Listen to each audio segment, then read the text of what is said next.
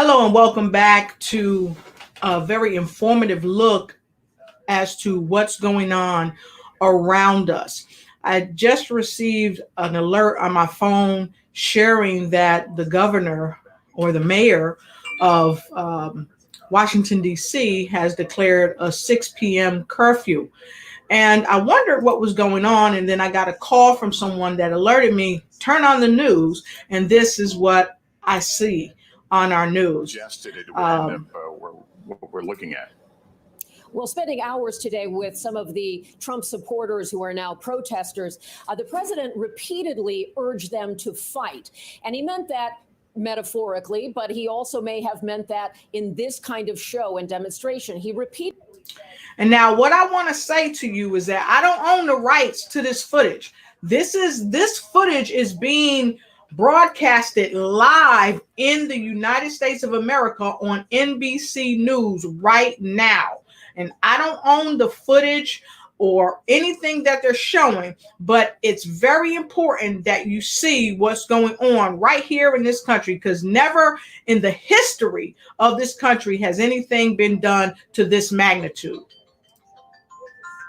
He has just tweeted again in the last few minutes, and he says, I am asking everyone at the U.S. Capitol to remain peaceful. No violence. Remember, we in uppercase are the party of law and order. Respect the law and order of our great men and women in blue. Thank you. But this is the same president who repeatedly told them to fight, repeatedly told his supporters that he was robbed of this election, and they were too, that their votes were discounted, manipulated, thrown out by various states, things that have not been supported by the facts, and in many ways incited this kind of fervor. The president always measures how he is being perceived by his crowd size, and there was an enormous crowd today. And as you could see this play out, as Ellison pointed out, certainly there were families there. There were several people with dogs. I'm one of those dog people who always talks to the people who are walking their dogs with these kinds of events. And there were the flags, and there were all of the things that in a typical Trump rally environment before the election were much more upbeat. These folks were determined to walk to the Capitol and to make their message known. Many of them probably did not know it was going to turn into this, but clearly some people planned this kind of breach of the Capitol, and in many ways the kind of images that Frank, our colleague, was just showing us, a disrespect of these institutions that they are angry about. There was so much talk today among Trump supporters and those speaking at the rally prior to the president about anger toward even Republicans, believing that there were Republicans who were not standing up for President Trump. And of course, we heard the president repeatedly urge Mike Pence, his vice president, who has been unfailingly loyal for 4 years, to do what the president wanted today. Mike Pence did not do that in a lengthy statement where he explained what he believes to be the limits constitutionally of his role. And now we have this with an uncertain way of how this gets resolved. Today is the day the counts are supposed to be completed. That has been disrupted. As Frank and other colleagues have described, the scene at the Capitol remains tense, volatile, and unknown. I've been in touch with various elected officials that I know from my time covering the Capitol. All have said they are safe, but in a new world, imagine, it was predicted, and yet still so hard to imagine as we watch this unfold. Lester? All right, Kelly, thanks very much for that. As we watch the live pictures, this is the east front of the Capitol, and that crowd continuing to occupy the steps and surrounding the entrance there. On the phone with us, we're going to try again, Democratic Congresswoman from Virginia, Abigail Spanberger. Congresswoman, can you tell us, are you safe and in an okay place right now? Yes, thank you so much, Lester. I am. I'm in a holding room with a lot of other members of Congress after we were evacuated out of the floor in the gallery area. Can you tell us how things played out when you became aware of the Capitol had been breached and how you were let out? So we initially got alert on our phone. The Capitol Police were just extraordinary in keeping us updated. We all got out our gas masks, which are under the seats on the floor and in the gallery, because we know that there was some chemical irritants that were deployed in various parts of the Capitol. And so we made a couple efforts at trying to evacuate, but At one point, that became difficult because there were people banging on the doors of the floor of the House of Representatives. And so at that point in time, there was an effort to, of course, lock all the doors and barricade the doors. And it took multiple efforts for us to be able to make our way safely and then depart the Capitol and gallery areas where we were gathered to participate in what is our constitutional duty of counting electors. It's a straightforward process that is supposed to be procedural, but one that we were intending to carry out today until it was interrupted. Did you come face to face with any of the protesters? I did not. Where we were on our way out, there were protesters who were laid out in the prone position. Capitol Police had clearly taken control of the situation, and as they were leading us and members of the press out, that was at that point as close as we got, kind of person to person. Were you and your colleagues wearing gas masks as you were leaving? Some people were. So we all had them. We had them opened. We had them deployed. There was some people were saying that we needed to put them on. Some didn't have them on, but everybody was ready because, again, in the end, the way we actually evacuated out of the gallery, we did not go in the direction where there was the chemical irritant. And so I had mine on for a bit, but mostly had it off and didn't come in contact with any of the irritant. All right, well, we're glad you're okay. So let's talk now about what we are seeing, what is happening outside the Capitol. Give me your thoughts, how we got here, and where do we go forward?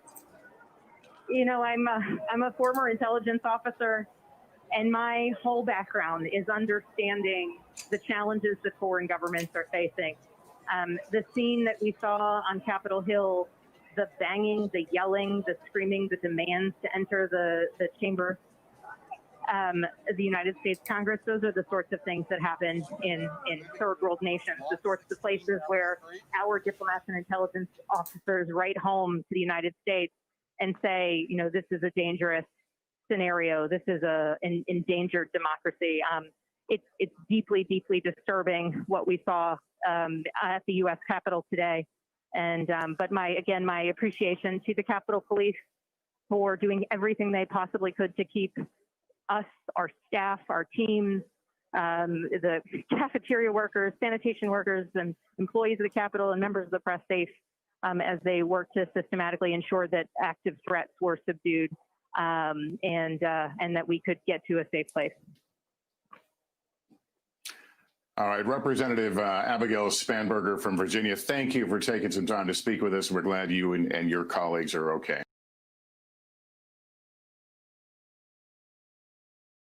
Never in the history of time has this happened, even when there was racial divides in the country. There was never a flood of people going to the Capitol, breaking in the Capitol, and placing people in harm's way. If you're in the area, I want to say to you, please be careful, avoid the area if you can. And we do not own the rights to the footage. The credit is to NBC News. Thank you for illustrating this as quickly as possible to ensure that people are safe and stay out of harm's way. 33 years ago that guides the process. Now, it doesn't say it has to end today, but it has to start today. So it's met that constitutional requirement.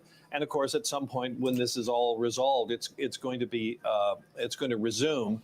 And it doesn't really matter how long it takes. I mean, they've got until the 20th, obviously, which is Inauguration Day.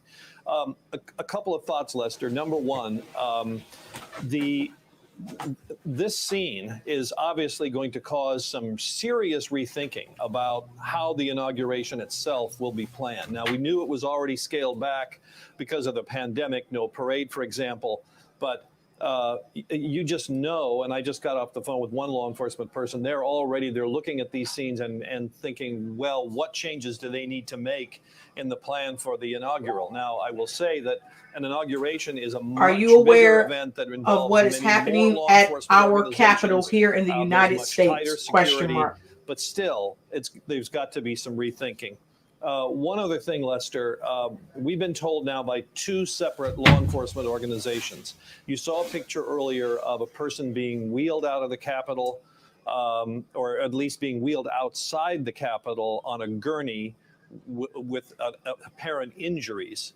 And we're told now by two separate law enforcement agencies that one person was shot inside the U.S. Capitol a short time ago by a member of law enforcement. Now, we don't know what law enforcement person this was, or whether it was someone from the Capitol Police, from Metro Police. I mean, there are a number of different police agencies that are responsible for security in that area. And when there is something like this, there's an all hands on deck kind of response from a number of different police agencies that can respond to help, police and federal agencies. So we don't know which organization was involved, but and we don't know what the condition was of the person who was shot, and we don't know the circumstances of it. All I can report is that law enforcement officials tell us that one person was shot inside the U.S. Capitol by a member of law enforcement. All right, Pete Williams, thank you for adding that. It's extraordinary that we have not, there's right now, it seems to be no effort, at least from the outside, to remove anyone. But at the same time, no one here is advancing. The picture has remained rather constant here on both sides of the Capitol. People crowded in, waving flags, essentially moving their rally to the doorsteps of the Capitol as members of Congress have been ushered to safe places. We heard a description a moment ago of reaching for gas masks that had positioned at their desks, and some of them actually donning them as they made their way to safer areas, still hearing the beating of people trying to get in the door. So an extraordinary scene continuing to unfold there. Let me bring in, if I can right now, Hallie Jackson again. Hallie, you've been watching all this play out. Is this a fear that you had heard expressed, from those associated with the White House, that something like this could happen? Here's the thing, Lester, for people who have tracked movements in many ways among people, sort of the fringe elements of what you could call the president's base, there had been discussion of this day specifically for a while now, right? Which is raising the question, as Pete's talked about, and as others, of the law enforcement presence. That is obviously something that, as you showed on that shot, you could see some of the presence here at the Capitol, but this just incredibly upsetting, I think it's fair to say, scene at the Capitol. I will say that you are now seeing more and more, Lester, people who are close to the president, and I'm going to try to pull this up. Mick Mulvaney, I believe, is among them, calling on the president to say something. His allies, his aides, getting out there on Twitter, saying, hey, stop. This is not okay. This is not appropriate. This is not who we are. The president's former campaign manager, for example, doing the same. But now there are some who are pushing the president publicly, Lester, to try to come out and do something more forcefully. This is a president who, as our colleague Kelly O'Donnell noted, ended his speech at the rally, what was then a rally several hours ago, earlier this morning, by telling people we're going to walk up to the Capitol, basically. Amping them up, to use that kind of language, to come up to the Capitol. And what was, and I was on Capitol Hill, Lester, not 3-4 hours ago, and I'm telling you, I saw from our own eyes, didn't look like this. Obviously, it was a mostly peaceful protest. It has turned into something very different, much uglier now. You will see moving forward discussion about what the president has been doing, where he has been for these last 2 hours, for these last 2.5 hours. And the moment of leadership, there will be critics who will suggest that the president has not met some of those moments in the past. But now you're seeing even some of his allies talk about this. For example, Kevin McCarthy, of course, the minority leader over on the House side, sounding rather shaken. He was over on another network calling this un-American, suggesting that, yes, he would perhaps have people reach out to the president and see if he would do more. Now, the president has tweeted two tweets in the couple of hours that we've been watching this, but the leadership factor on this is going to be critical. The other point that I want to make, Lester, I live in Washington. That's obviously where I'm reporting to you from now. it's 3:30 in the afternoon. It will get dark in a matter of, in a matter of 90 minutes or so. And you still have thousands of people out on the west front and the east front of the Capitol. They've got to clear these folks before this situation potentially gets even more disturbing. I can tell you that I know people who are having their kids, who don't have anything to do with Capitol Hill, who are having their kids affected because of the lockdowns that have been in place now, their families. This is a ripple effect. It's why you've seen the mayor of Washington institute that 6 o'clock curfew. And at that point, that could be a potential tension point, Lester, if in fact these people who are storming the Capitol are still out there.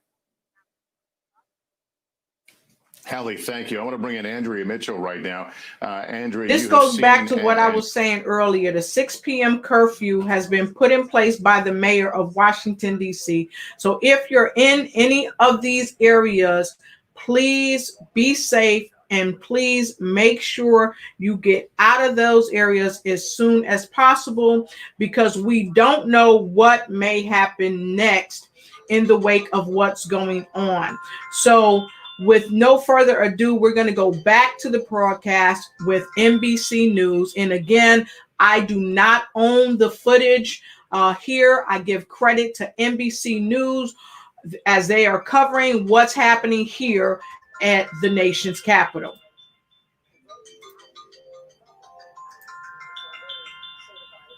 So we're going back to the special report. Talking earlier, interviewing Terry Gaynor, the former head of the Capitol Police, former sergeant at arms, and he said they will, bit by bit, they will move enough people in. They have, more than 1,000 Capitol Police. Clearly, they did not prevent the Capitol building from being breached on the second floor level, as you saw on the east front. That was where they got in, apparently, to both the Senate and the House floor and to the same level as Statuary Hall. So what you saw with these protesters in the chambers, in the Senate chamber, in the House chamber, thankfully, the Capitol Police had removed Vice President Pence, certainly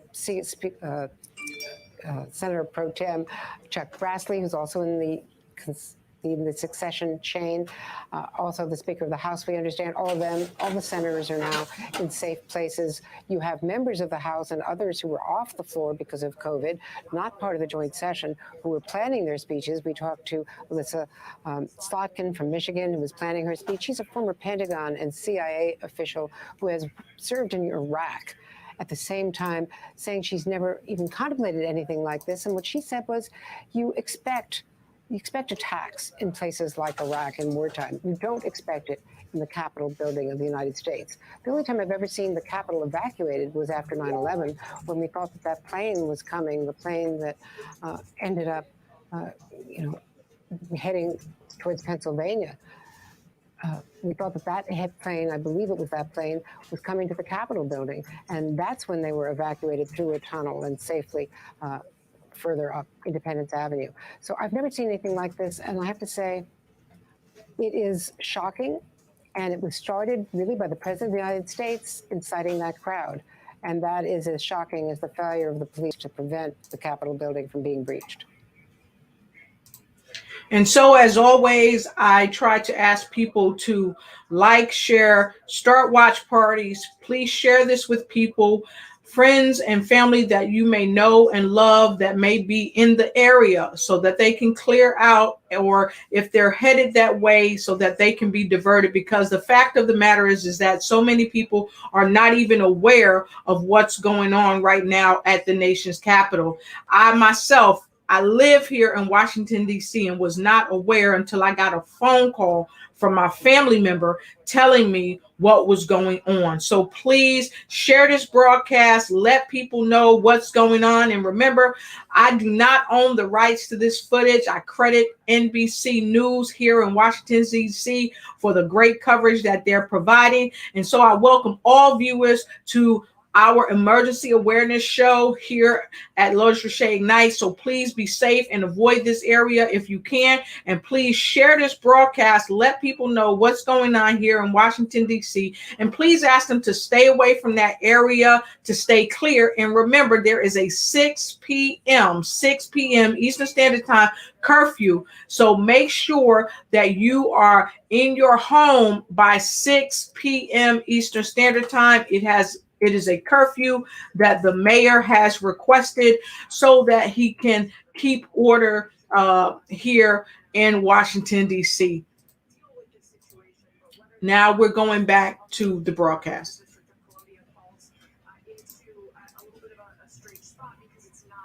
So questions about what the Defense Department may do in that instance, we are waiting to find out and are in touch with the Speaker's office. But it has been an incredibly difficult day here on Capitol Hill. It started, of course, with the initial proceedings to begin the process to ratify President-elect Joe Biden as President of the United States. That all unfolded, it seemed, as it should have at the beginning. But of course, these protesters approached the building, ultimately breached the Capitol, and then breached the House and Senate floors, which is not something I don't think anyone who was walking into this building today anticipated. And certainly those of us who have been working up here every day for many, many years now have never seen anything like this before. So you are seeing increasingly Republicans coming out and calling on President Trump to urge the people who are here to stand down.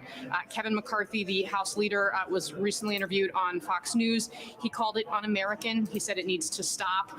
He said that he didn't even want to talk about some of the things that he had seen in the chamber. He referenced shots fired, and I know our Pete Williams reported that.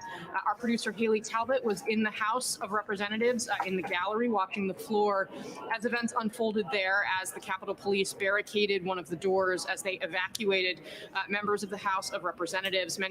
Some of those members donning gas masks that are situated under the chairs in that chamber because there were chemical irritants that were discharged in the attempts to try and clear these protests. So at this point, we do know members of congressional leadership are safe.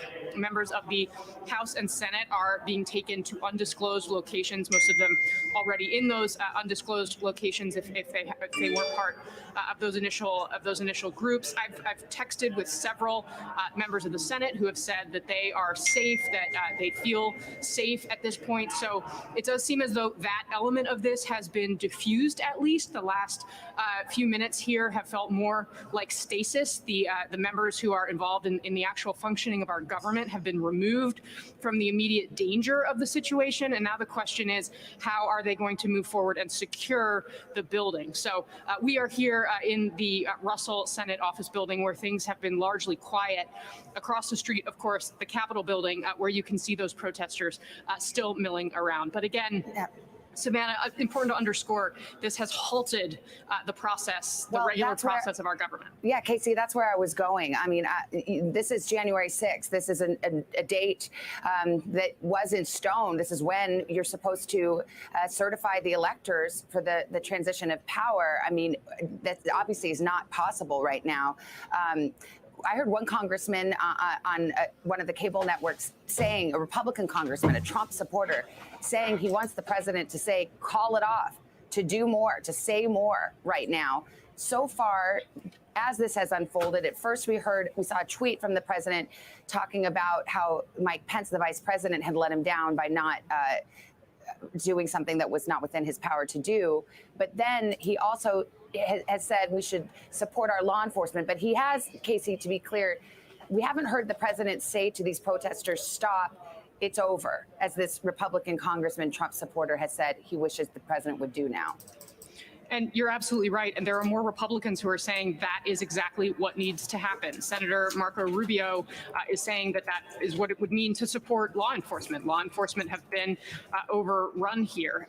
And the reality is that this is supposed to be a formal transfer of power from one administration to the next. And in fact, Senator Mitch McConnell was on the floor of the Senate, someone who critics, have said waited too long to criticize President Trump. But even he this morning was saying we have to believe these results.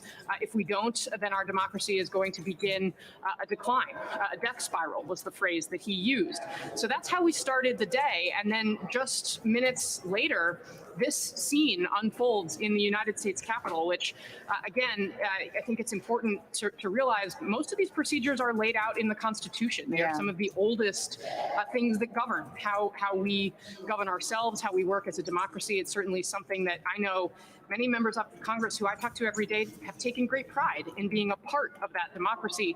And right now we're seeing it halted by these people. Absolutely. Casey, sorry to cut you off. I want to jump to a member of Congress, Brendan Boyle, who's a Democrat from Pennsylvania. I believe he's on the phone. Congressman, I mean, first of all, are you safe? Are you okay?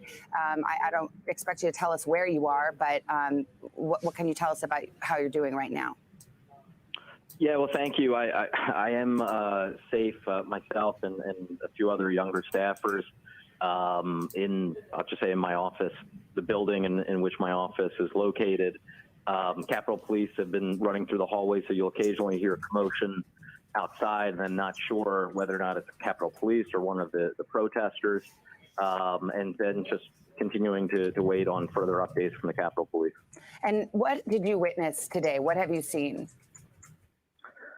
Well, I've obviously never seen anything like this before. And, it wasn't a surprise that we were going to have this large crowd of protesters. So it's still a mystery to me how this crowd was able, within about 10 or 12 minutes of starting, able to breach both sides of the Capitol, both the east side and the west side, and get into or right around the House chamber, as well as apparently from texts I'm getting from friends of mine who serve in the Senate, they were able to get into the Senate chamber as well. So that is just absolutely inexplicable to me that this happened. But ultimately, though, the bigger threat, in my view, is not the thousands of people who are here today, even though they're armed and they are a threat. The bigger threat is actually those who have incited them all along the way, cheering this on. That's the real threat. Well, at this point, what are you hoping? How do you think this will be resolved? And do you think Congress will be able to complete its constitutional duty? I mean, even though there seems to be a moment right now of stasis, for lack of a better word, right now, the Capitol is not under control. It's still infiltrated by people who have broken through barriers and broken across the lines to come inside the Capitol. I mean, look at the image. I don't know if you can see it. We're seeing people inside offices, ceremonial offices, and real working offices inside the Capitol who have barged in and having their way with the place. So assuming that this can be gotten under control, a law enforcement matter, would it be your hope that Congress reconvene today and try to complete its constitutional duty? Well, I immediately have two thoughts. The first is it's absolutely sickening to see this militia or armed mob bring us to the point of anarchy. Never in 1,000 years did I ever think I would see this in the capital of the United States of America. But then my second thought is, I don't care how long I have to stay here. We are going to do our damn constitutional duty. There's no way I'm going to be chased off the capital of my own country by this mob and whoever is inciting them. Yes, we will do the people's duty. We will ensure our constitutional process, come hell or high water, is followed, and that Joe Biden is inaugurated as President of the United States on the 20th of January. Well, Congressman Boyle, I appreciate your time this afternoon. Stay safe, and you, and also all of the congressional staffers, a lot of young men and women who work there at the Capitol and are never seen. I wish them well as well. Thank you for your time. And so I'd like you to know that the views expressed from the NBC News broadcast are not necessarily the views of the Lotus Richey Ignites program. We are not responsible or liable for any of their statements. This broadcast is for education and awareness. Please make sure you share this broadcast to let people know to be safe and to stand clear of that area. There is also a 6 p.m. curfew that has been put in place by the mayor to keep people safe. So please make sure you stay aware. You can share this broadcast. You can again, like, share, follow, and you can start a watch party. Again, I do not own the footage or the rights for this broadcast. I credit the NBC News here in Washington, D.C. for providing wonderful coverage. Now we're going to return back to the broadcast live and in action. Trying to barricade a door. So the situation is extremely serious as it plays out right now. I want to go to Kristen Welker, who is at the White House. Kristen, I'd say all eyes of the world are trained on the White House, but right now the Capitol is the focus. But the answer could come from the White House. Are we getting anything beyond the tweets the president issued? Is there a growing chorus of calls for him to try to put a stop to this? There is a growing chorus of calls. Lester, let me read you a tweet from Press Secretary Kayleigh McEnany, a little bit of breaking news here. She says, at Real Donald Trump's direction, the National Guard is on the way, along with other federal protective services. We reiterate President Trump's call against violence and to remain peaceful. So there you have it. The National Guard has been deployed to Washington, D.C., to the Capitol to try to deal with these protests that are unfolding and this breach of the U.S. Capitol. Now, the messaging that we're getting from the White House, this is the latest from Vice President Mike Pence, who says the violence and destruction taking place at the U.S. Capitol must stop, and it must stop now. Anyone involved must respect law enforcement officers and immediately leave the building. Similar language from President Trump in a pair of tweets that he sent out earlier, Lester, but his supporters believe that that just does not go far enough, that they want to hear from President Trump himself, that they want him to come out and address his supporters and tell them, bottom line, stand down. Let me paint the scene for you at the White House right now, Lester.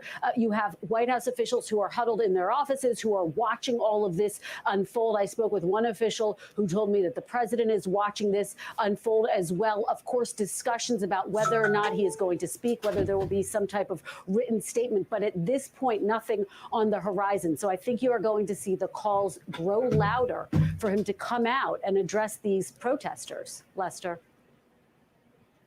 All right. Thank you, Kristen. NBC News contributor and founder of Punchbowl News, Jake Sherman, joins us on the line. Jake, I understand you are in the Capitol. What can you see? What can you tell us? Well, I can see nothing at the moment, Lester, because we've been in lockdown. I'm just going to not say where because I want to protect our safety. But I've been covering this building for 11 years. I've never obviously seen anything like this. I usually can't get through security with my AirPods or my belts, and these people have broken down doors. This is a mob. This is not a protest. This is an armed mob, and this is despicable and really, really, really unsafe. And we're all very scared. Did you, I know you're in lockdown right now, but have you heard any of the protesters nearby? Oh, yeah. So for those of you that's just joining us, this is an emergency broadcast that I'm doing to present awareness for what's going on here in Washington, D.C. at the Capitol. Again, I do not own the rights to the broadcast.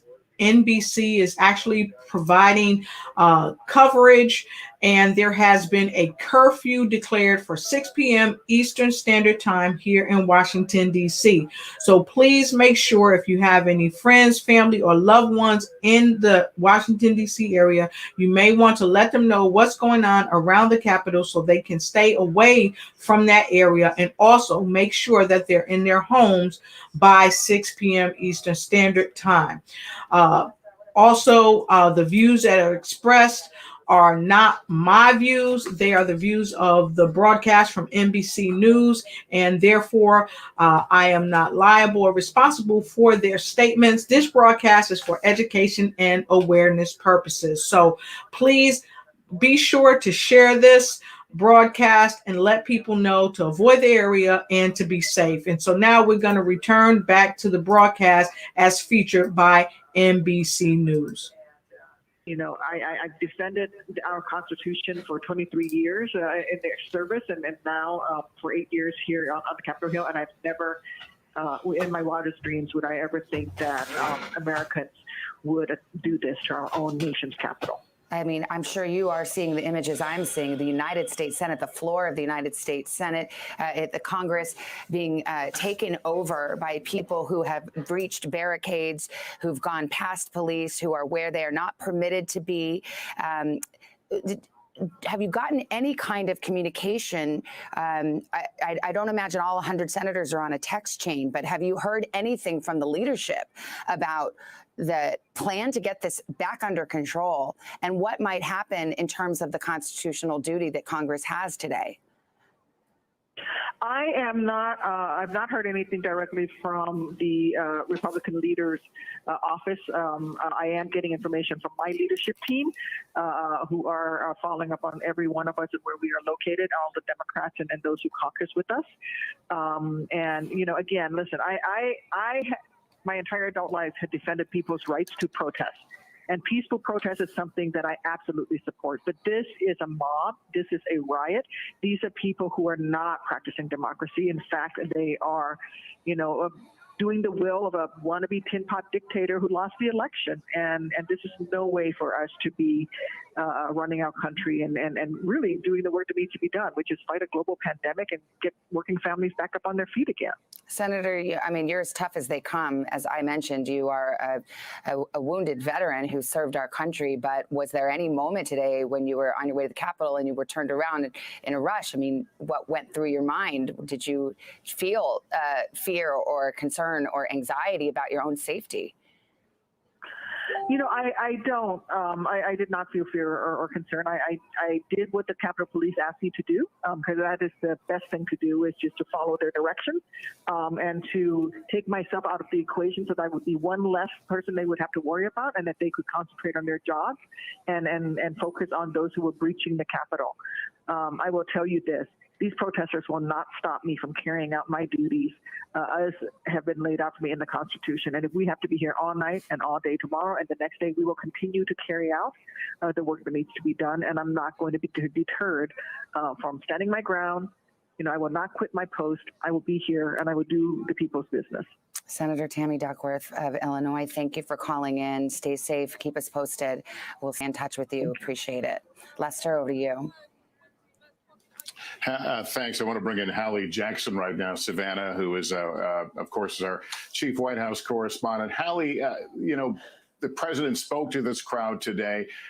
So much of what we've been hearing, of course, is that the inauguration will go on the 20th. Are there concerns that what's happening today could, obviously you can't move that date, but could have a tremendous effect on how we mark that day?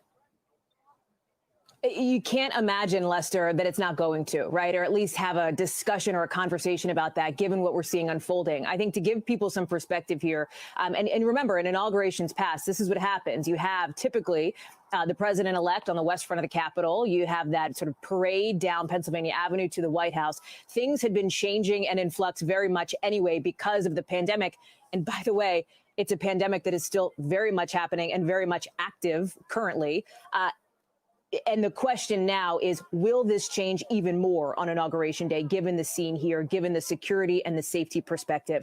One of the things that you have talked about, Lester, as you see these images, you said earlier you might feel sort of sick looking at that. It is stunning, I think, to people in this country, as well as to people in the international community. The head of NATO, the NATO Secretary General, calling these shocking scenes in Washington and saying the outcome of this democratic election must be respected.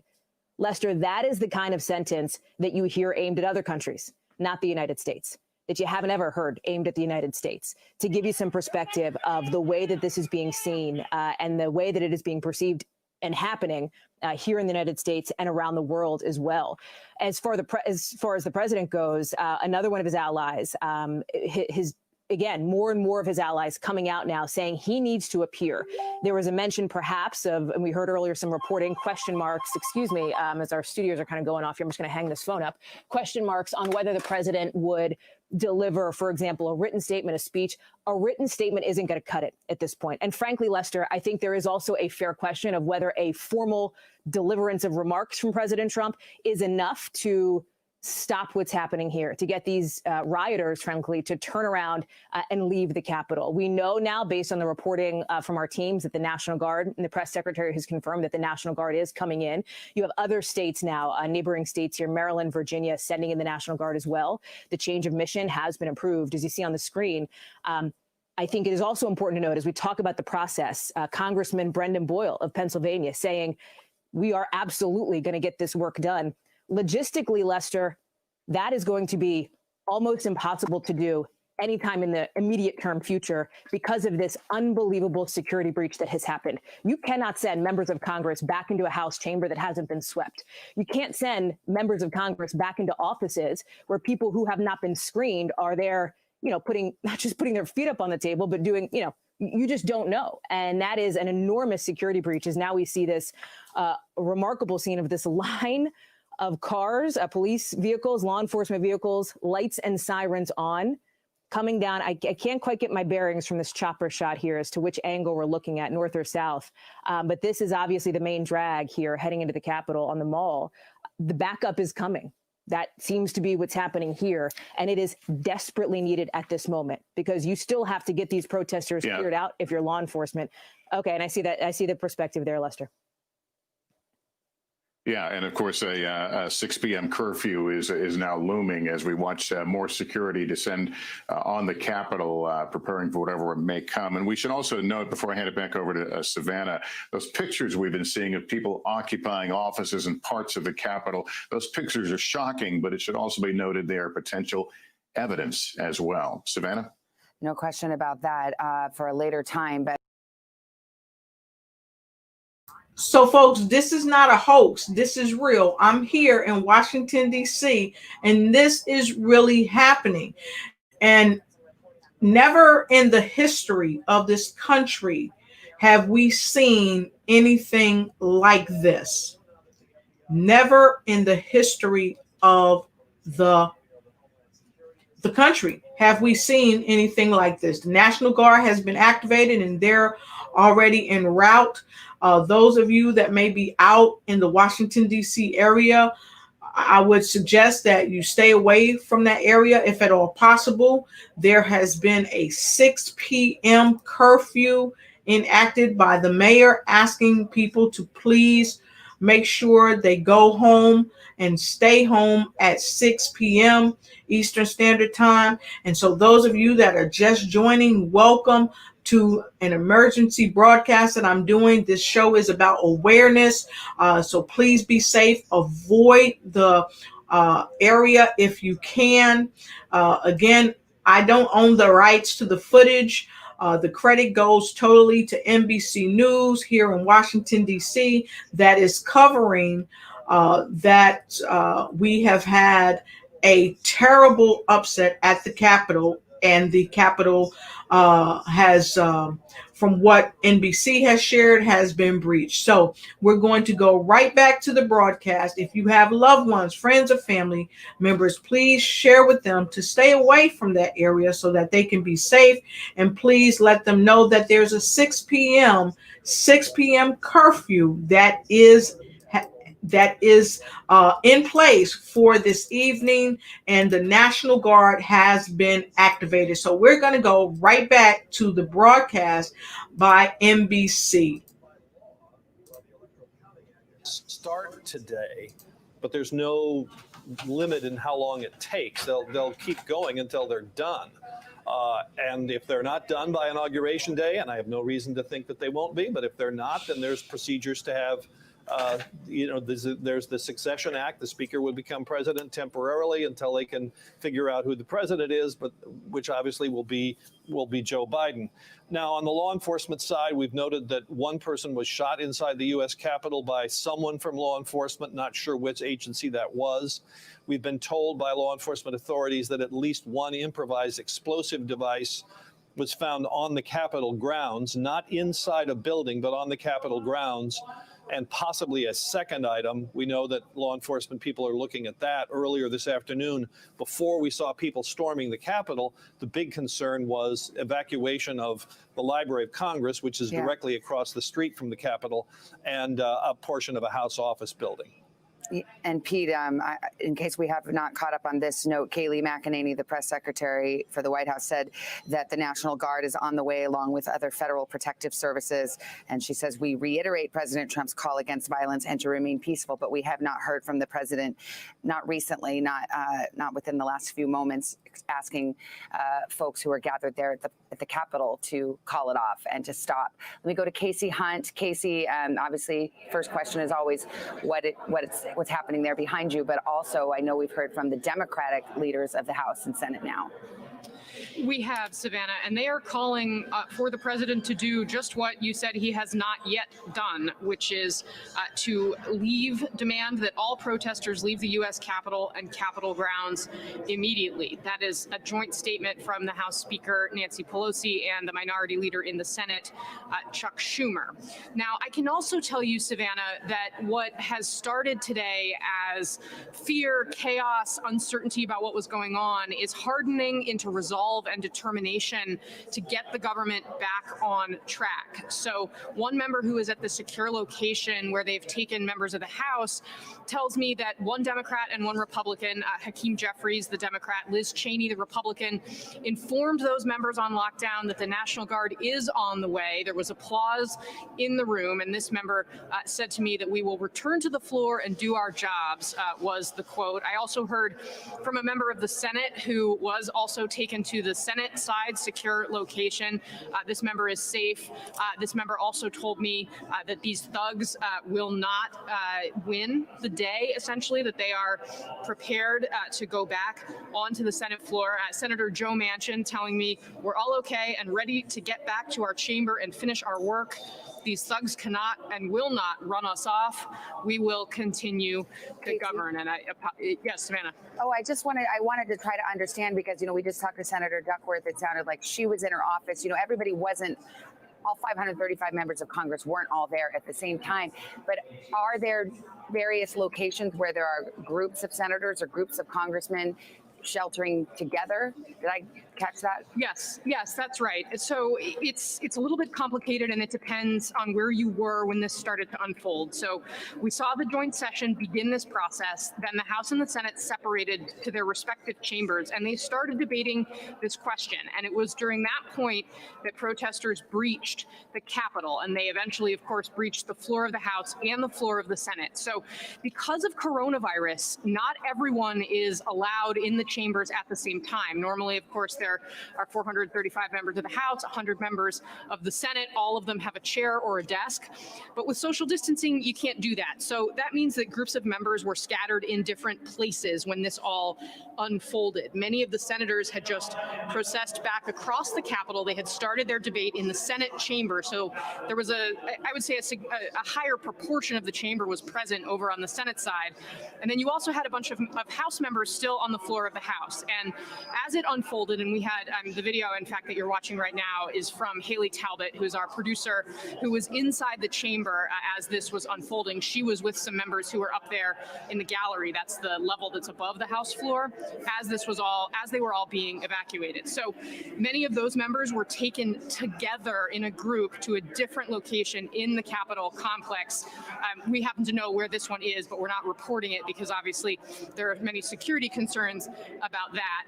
The Senate, meanwhile, had a similar situation. There were members on the floor who were evacuated together. So those members are also telling me, I've talked to a couple of them, I know they're in the same place. We don't know where they are, but we do know that they are safe and that a number of them are together. Then, of course, if you were a member who was not on the floor and not part of that escort from Capitol Police, you may be at any other place, your office building, your own personal office. So that's kind of how these things are set up here. Got it. Casey, got to jump. Let's listen to the President-elect Joe Biden. Late coming out to speak to you. I initially was going to talk about the economy, but all of you have been watching what I've been watching. At this hour, our democracy is under an unprecedented assault, unlike anything we've seen in modern times.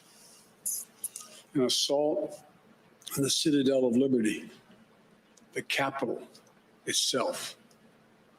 An assault on the people's representatives, on the Capitol Hill Police, sworn to protect them,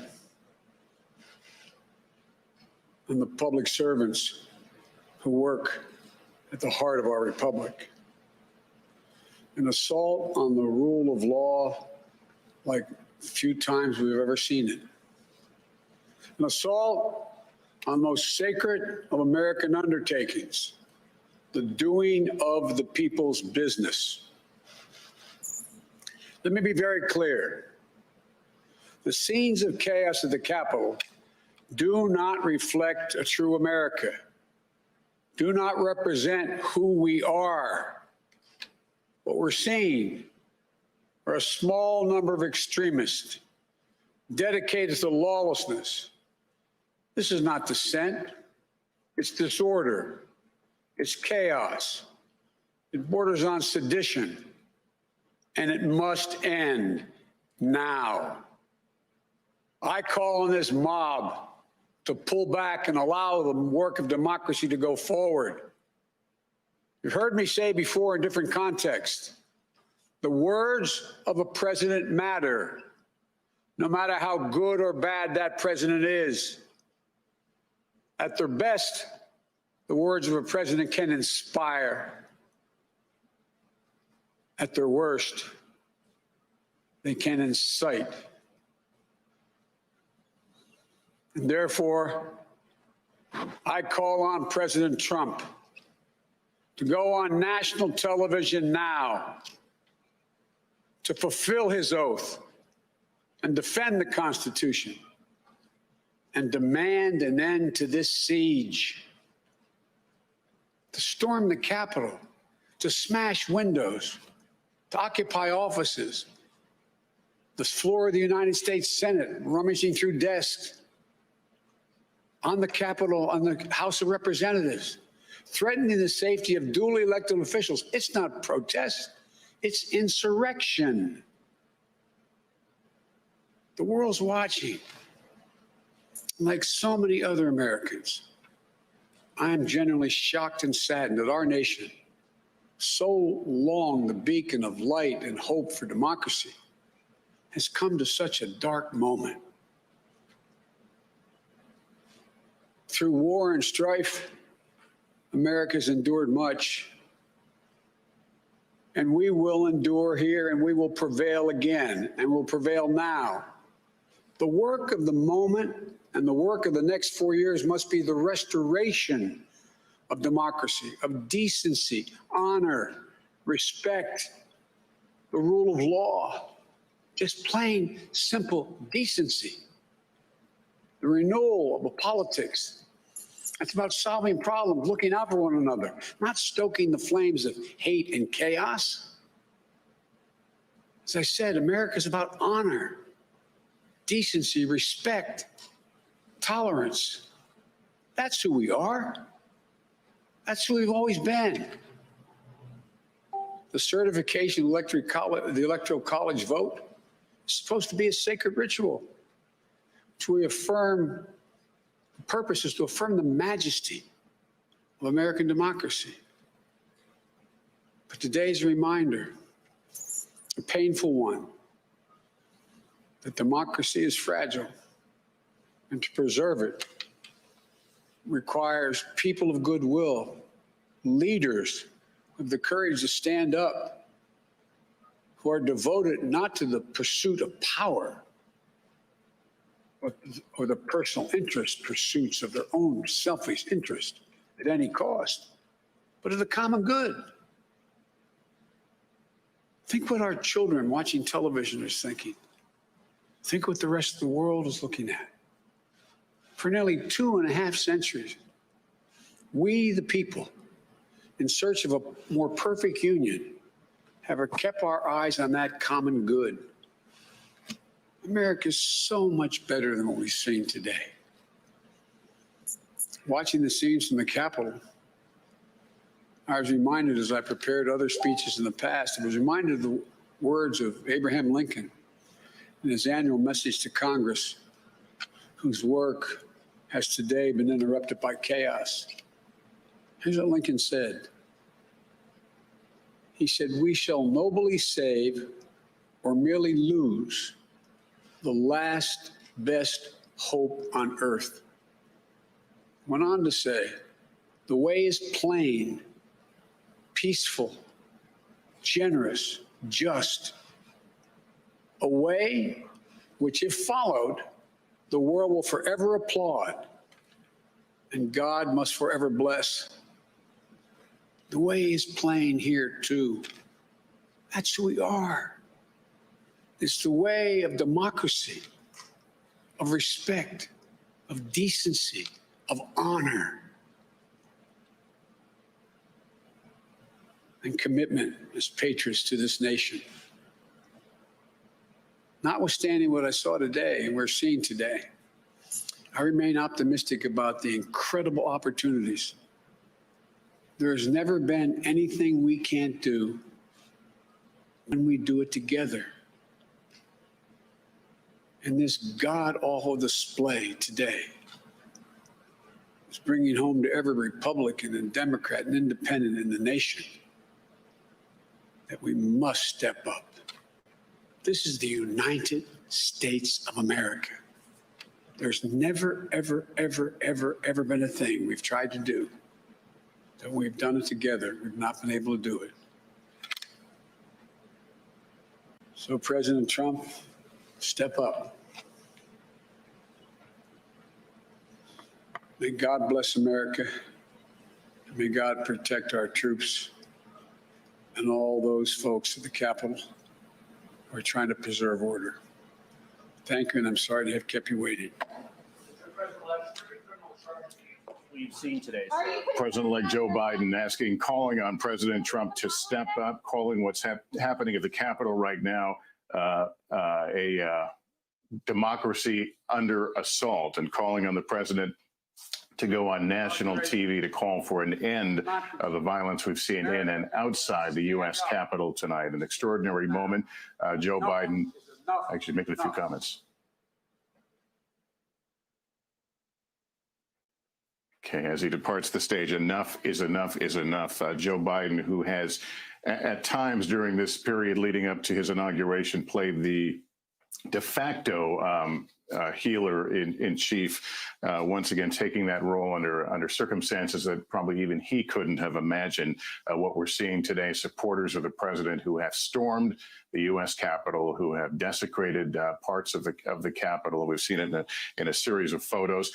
Just before we went to the president-elect, we should note some other major news taking place, somewhat related to all this.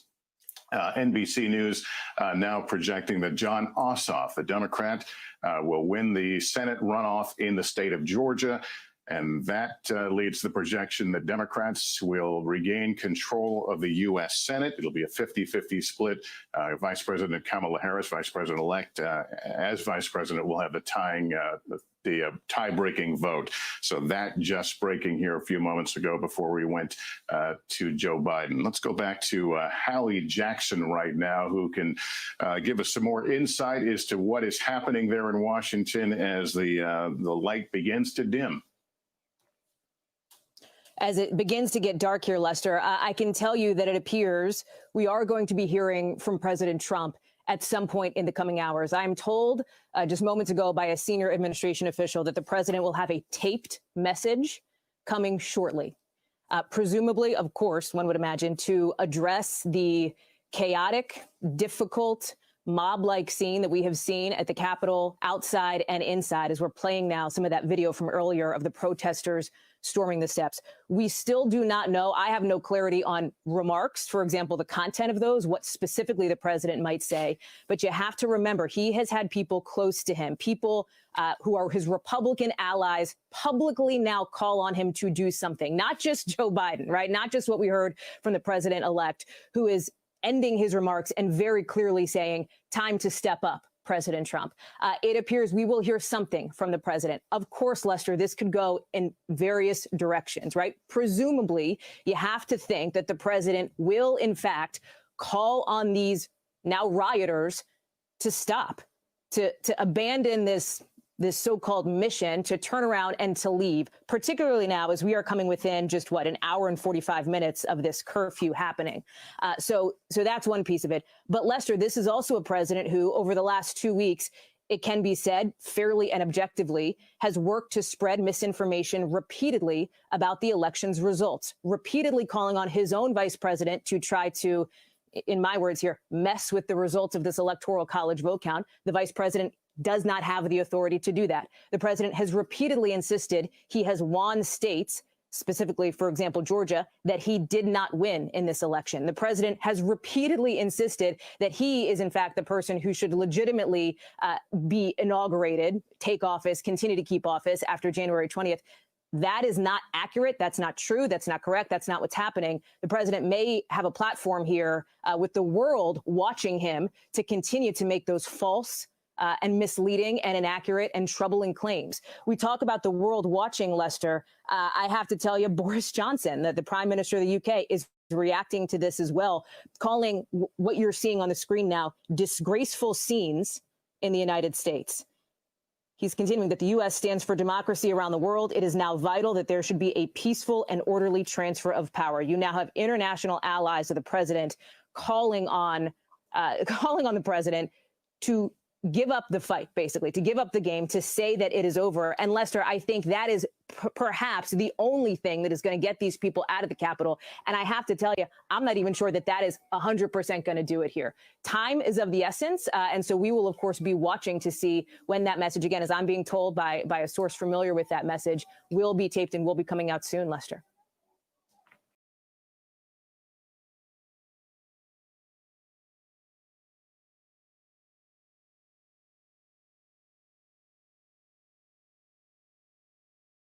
And you guys could not hear me just then. But as I said, this is Lotus Roche. I'm broadcasting live here in Washington, D.C.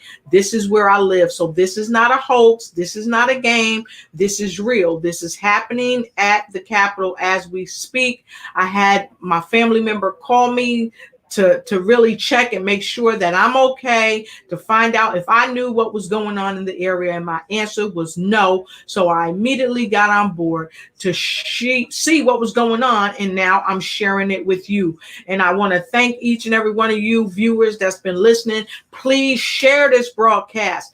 You need to share what's going on in this country. It will not stop here. So we have to have a level of awareness, and we have to share this, and we have to work together to stop these problems. And Camille, she said, we are looking like a big joke to the rest of the world. Yeah, the whole world is watching. We have to do better. We have to do better, and we have to work together to fix our problems. As I said before, the National Guard, according to NBC, the National Guard has been activated. And of course, there is a curfew for 6 p.m. Eastern Standard Time here in Washington, D.C. So if you have loved ones, friends, or people you know that may live or work in the Washington, D.C. area, please let them know what's going on. Please send them this broadcast, because we want to make sure that they are safe and that they return back to their families and loved ones who are waiting for them to come back home. And so for those of you that's just coming, I want to welcome you to this emergency awareness show that Lotus Roche Ignites is doing here in the Washington, D.C. area. And of course, we do not own the rights to what you've been seeing, what we've been sharing right here on the broadcast from NBC. We don't own the rights to it. What we're sharing with you, NBC is doing live coverage right here in Washington, D.C., showing how the Capitol was stormed. So we do not own the rights to the footage. All credit goes to NBC News here in Washington, D.C. And we're going right back to the broadcaster here live in Washington, D.C. via NBC News. A secure location, which we cannot reveal.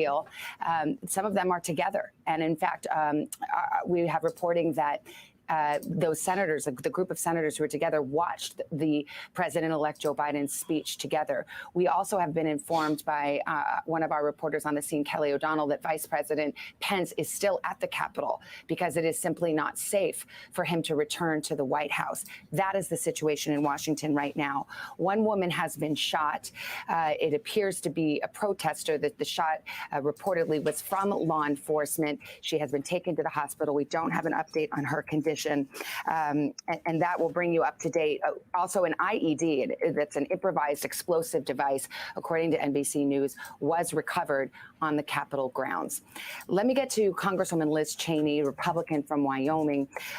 Congresswoman, you, of course, were an outspoken opponent of the tactics that we saw in terms of the politics, whether the Electoral College vote should be objected to. So you were one who said, it's time now, the election is over, and it's time to perform our constitutional duty. So just so we know where you stand on this, but let's just get to what happened today. Where were you? What did you see? And how are you?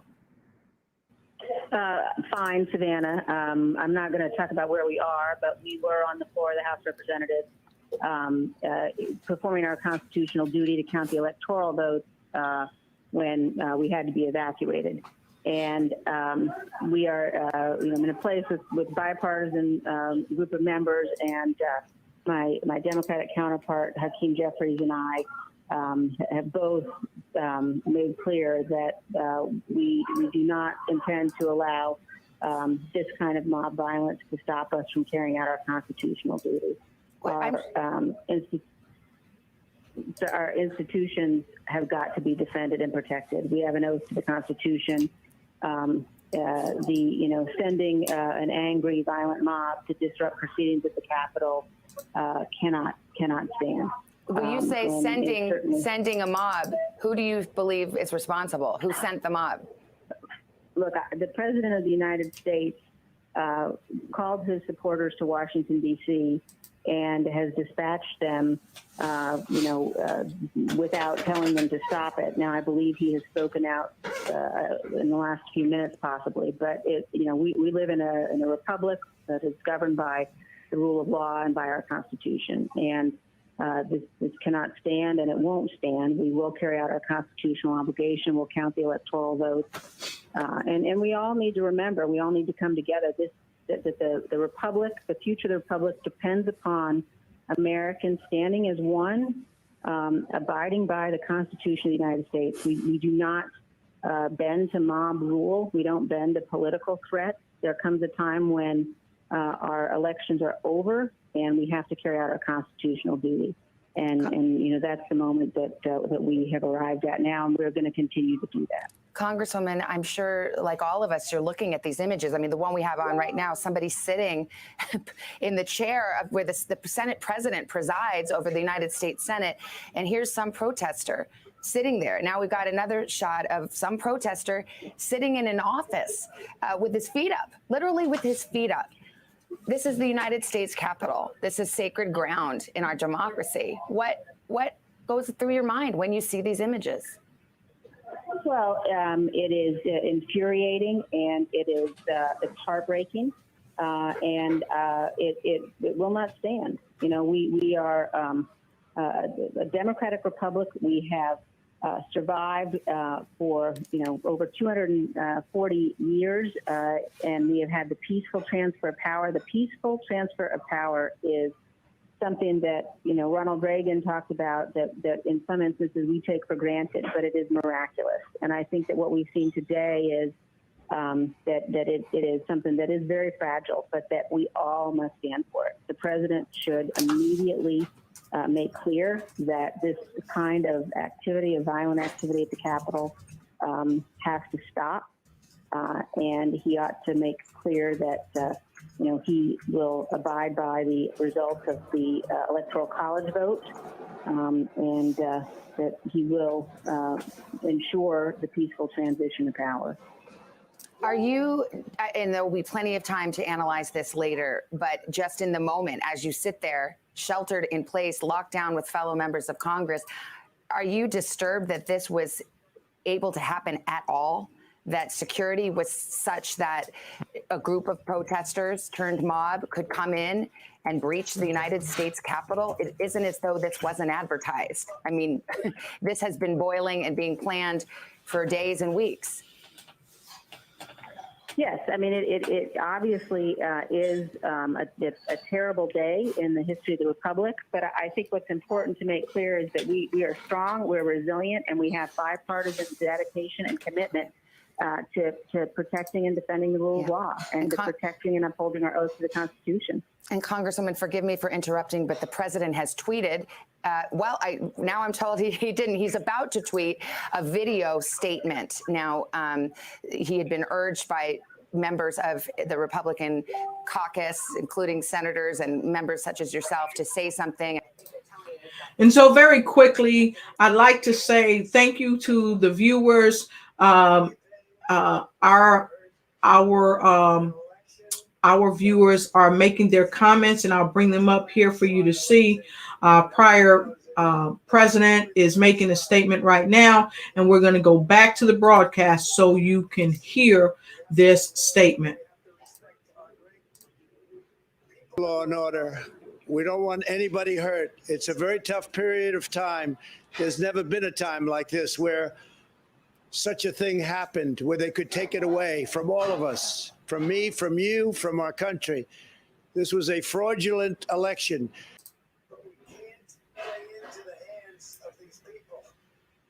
Well, I really believe that I think we need to make sure that we really look at the facts and numbers and statistic share the facts. So of course, yes, I cut that off. I have that right to do that. This is my broadcast. This cannot be about blame, folks. This must be about unity and solving the problems. You can say all day that, you know, you disagree with the election, but never in the history of time, have we seen anything like this. Never in the history of time have we seen anything like this. It is good that so it's not about blame. It's about helping one another to overcome. And the question has surfaced: should the breach be considered an act of terrorism? And so you can comment below. You know, it is absolutely counter to the Constitution. And counter to the peaceful transition of power and the values on which this republic was built. We have oaths that we have taken to the Constitution, and we got to uphold those oaths. And you know. And Congresswoman, I mean, even more than that, I mean, yes, I hear what you're saying, but is it going to get the job done? In other words, is he talking out of both sides of his mouth? He's saying, go home, but you were robbed. You have every right to be angry. This was a fraud. This was stolen. I mean, it's he's doing two things at once. And the goal here, I think, of the statement, I think what those of you in lockdown right now who would like to get about your business and go on with your day, is there's one goal, which is get this thing under control and get the mob out of there. And so I want to go back because there were two things stated here, okay? With the prior president, we are coming together to bring the country together. And instead of bringing the country together, there are two messages being handed to the people. We cannot work together and bring this country to greatness, not make the country great again, bring this country beyond greatness, but to brilliance. We have to be brilliant. And so the question was this: should the breach be considered an act of terrorism? And I've got Brittany Hardin, and she's saying, and it is an act of terrorism. Okay. And Camilla's saying we have to get together and make this work for our country. And we must work together. We must put aside our differences. Never in the history of this country has it been that because someone has won an election, and we have seen all kinds of elections that may not have seemed to have gone the way that you or I or someone we know or someone that's running for public office may have wanted it to go. But nevertheless, We have shown diplomacy. We have shown ethics. We have shown stellar character. And we have not stooped to this level of disconnect.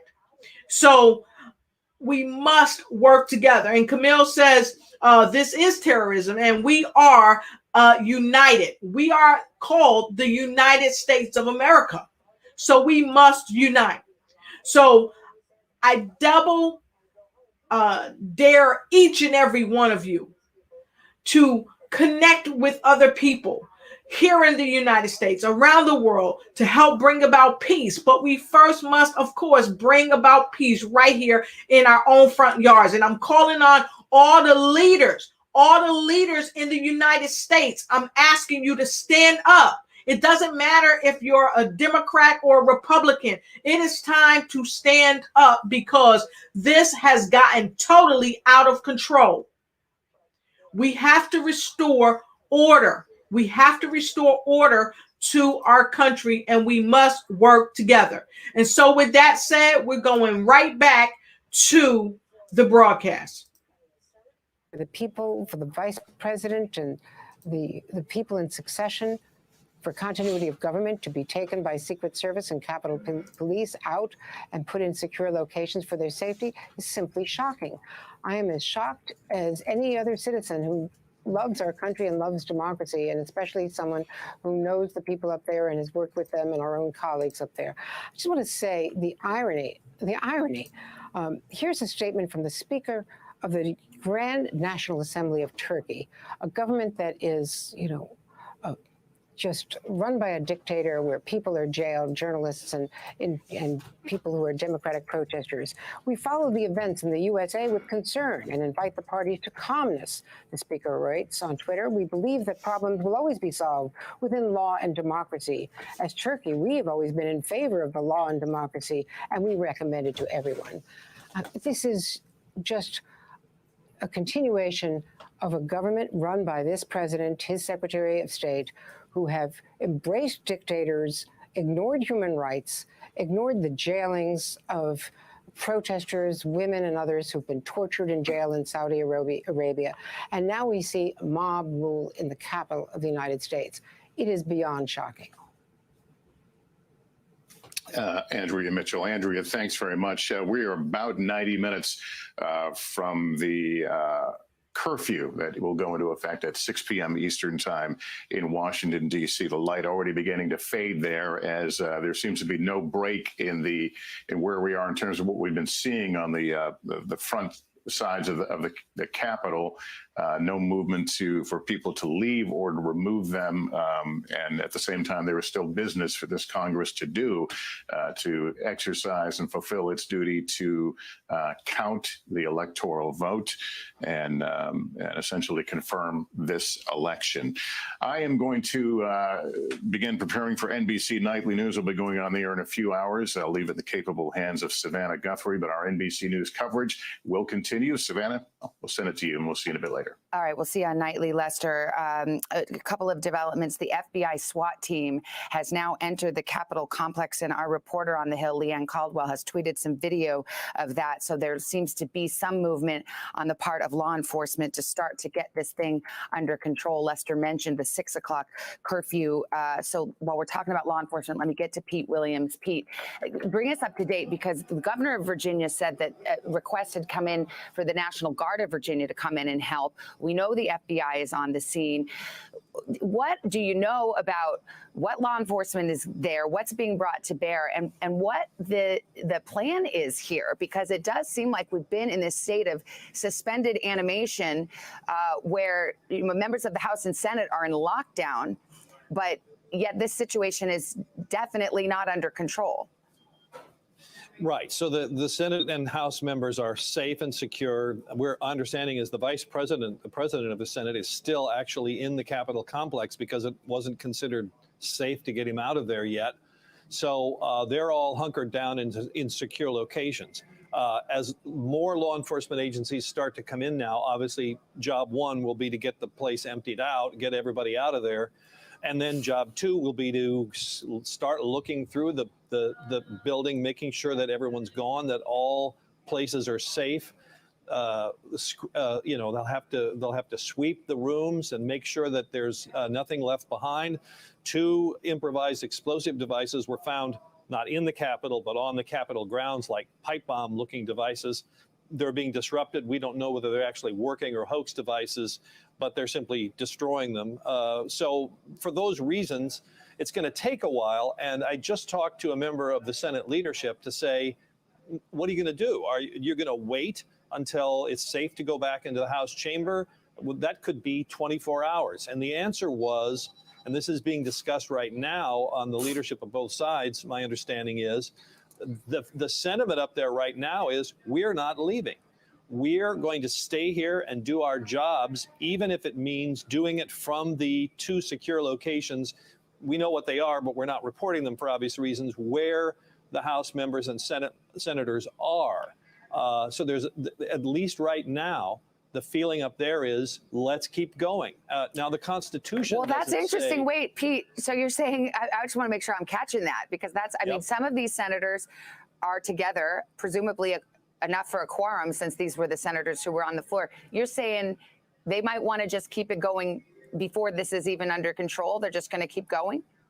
Yes, or at least some point soon.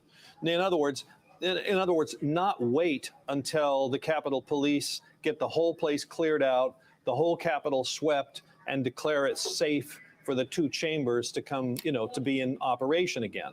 Because that could take, as I say, 24 to 48 hours, I suppose 24 hours, to get that, get the House and Senate floor ready for people to come back. But the senators right now, because what I asked this member of the leadership is, what are you going to do? You're going to go home and come back tomorrow? And the feeling was, no, we're going to stay right here and resume our work. Now, I started to say, there's no requirement in the Constitution for where they do this.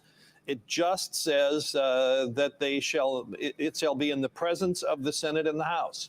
So the counting.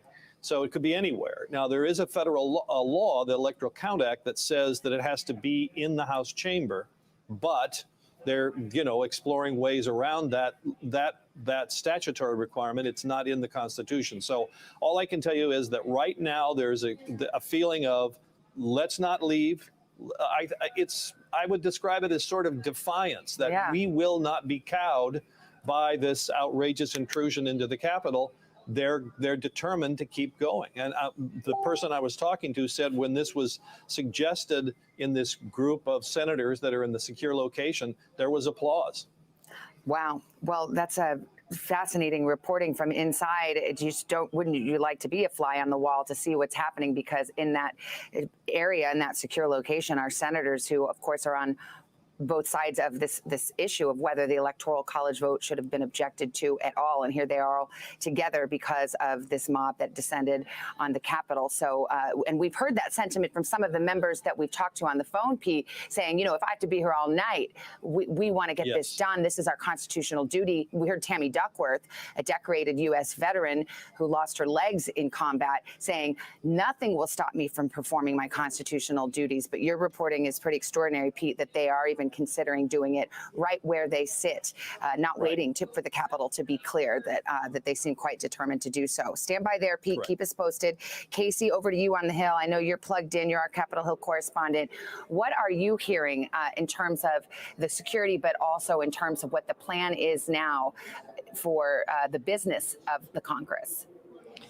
Well, Savannah, I'm hearing a sentiment similar to what Pete was just reporting out here, that what had started off today as chaos, some fear, uncertainty, is moving into resolve. An insistence, Joe Manchin told me to not let these thugs take over, that they are going to return to their work. And there are some logistical questions about that. But remember, there are contingency plans for things like this. I mean, we've never necessarily imagined this exact scenario, but in the wake of September 11th, they had to, of course, evacuate members of Congress. And there are a couple of locations in this complex where potentially, and Savannah, I'm not sure, I can hear you in my ear. Our viewers. Oh, sorry, that was me. You as well. Casey, I'm sorry, that was me talking to the producer. Sorry, carry on. I apologize. No, of course. So there's an auditorium in a newly built area of the Capitol complex that is large enough to hold people. Capitol. And again, I want to be careful how I describe things because we are, of course, worried about the security situation. But there are contingencies for the House and the Senate to operate in rooms that are different from what we traditionally think of as the Senate and the House chambers. So, well, yes, obviously the building itself is of incredible symbolic importance. I think that this feeling that they need to do the work no matter where they are or what the circumstances are is very important. So to them, and they are starting to express that now. So we're also starting to hear more questions about, are the Republicans who helped kick this off by saying they would object to this count still planning on doing that? And it's a little bit hard to get answers because everyone is separated from their bosses. There is so much confusion. But again, it does seem like the plan here is to try to go forward. I know there was a brief discussion about trying to evacuate senators from the location where they are using buses. That plan seems to be on hold for the moment. One of our producers saw microphones going into the secure location where the senators are, as though they may be setting up for something where they would be able to talk to reporters that would involve, because again, remember, this debate is supposed to be public as well, and that is an incredibly important feature of the way our government works. And I think that there is also a desire on the part of members of Congress to be seen carrying out their jobs, to demonstrate to the American people that this is what they need to do. And the other thing, Savannah, that I would just add, we're asking for reaction to the president's video. The problem with the president's video, based on some of the people that I have spoken with, is that he doesn't repudiate the basic reality that Joe Biden won the election. Instead, he gives additional credence to what these protesters are here saying has happened. And while he did say that they should leave the building, he did not in any way condemn the message of the disingenuous false message that has prompted them to show up here in the first place. Yeah. So I think there's some concern among members of Congress that what he did doesn't help the situation, as many of them have been calling for, but instead will potentially make it worse. Savannah. That exactly, and that was the reaction, the fast reaction of Congresswoman Liz Cheney, that it doesn't go far enough if you, on the one hand, say go home, but at the same time you're pouring fuel on the flames by saying that you were robbed, it was stolen, the election was stolen, and that it was fraudulent. That is not what many Republicans have asked the president to do at this moment of crisis in our country. They've asked him to be clear and unequivocal that it's time for the peaceful transition to a new president, as our Constitution and our democracy requires. Let me get to Ellison Barber. She's our correspondent. She's in Washington. I believe she's outside the Capitol. Yeah. Hi, Ellison. Ellison, what have you been hearing? Hey, Savannah. Yeah, so we've been watching just in the last little bit here as we've seen police on this opposite side of the Capitol start to use more tear gas on the crowd that is gathered over there. Not tear gas, we believe it. It seems to be some sort of mace or pepper spray that they're using on the crowd there. We had been told that some of those protesters were possibly breaking windows, and that's what led to the use of that pepper spray. You can see right over here, we're starting now to see Capitol Police gathering here.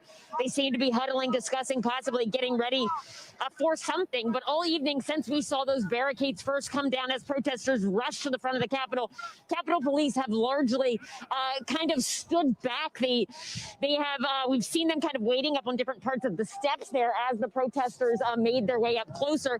You can see people standing on an armored vehicle here holding flags, the American flag upside down, a Trump 2020 flag just underneath it.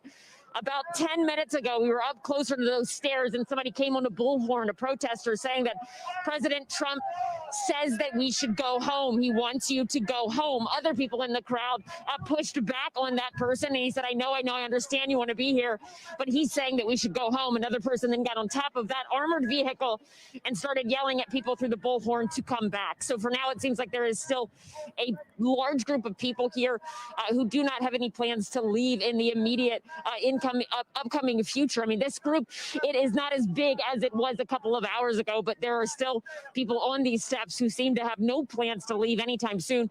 People that we have seen come out claiming to have been inside the U.S. Capitol. They are greeted kind of as heroes by the crowd here when they come out and they talk about their experience inside.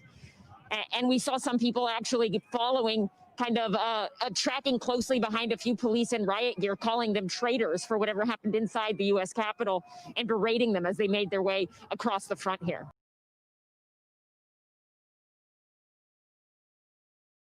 Consulting. Again, folks, this is your girl Lotus Roche from Lotus Roche Ignite, and I want to welcome all the viewers all over the world. I have people streaming in from all over the world, and this is a broadcast of awareness to let you know what's going on right here in Washington, D.C. I'm here in Washington, D.C., and this is what's going on. So please make sure you comment, like, share, start a watch party. Let people know, especially if you have family and friends that live or work in the Washington, D.C. area. Let them know what's going on. Let them know to stay away from the capital area if at all possible. I am utilizing the broadcast from NBC. I do not own the rights for the broadcast. And of course, the views expressed from the NBC News broadcast, they are not necessarily my views or of the Lotus Roche Ignite show.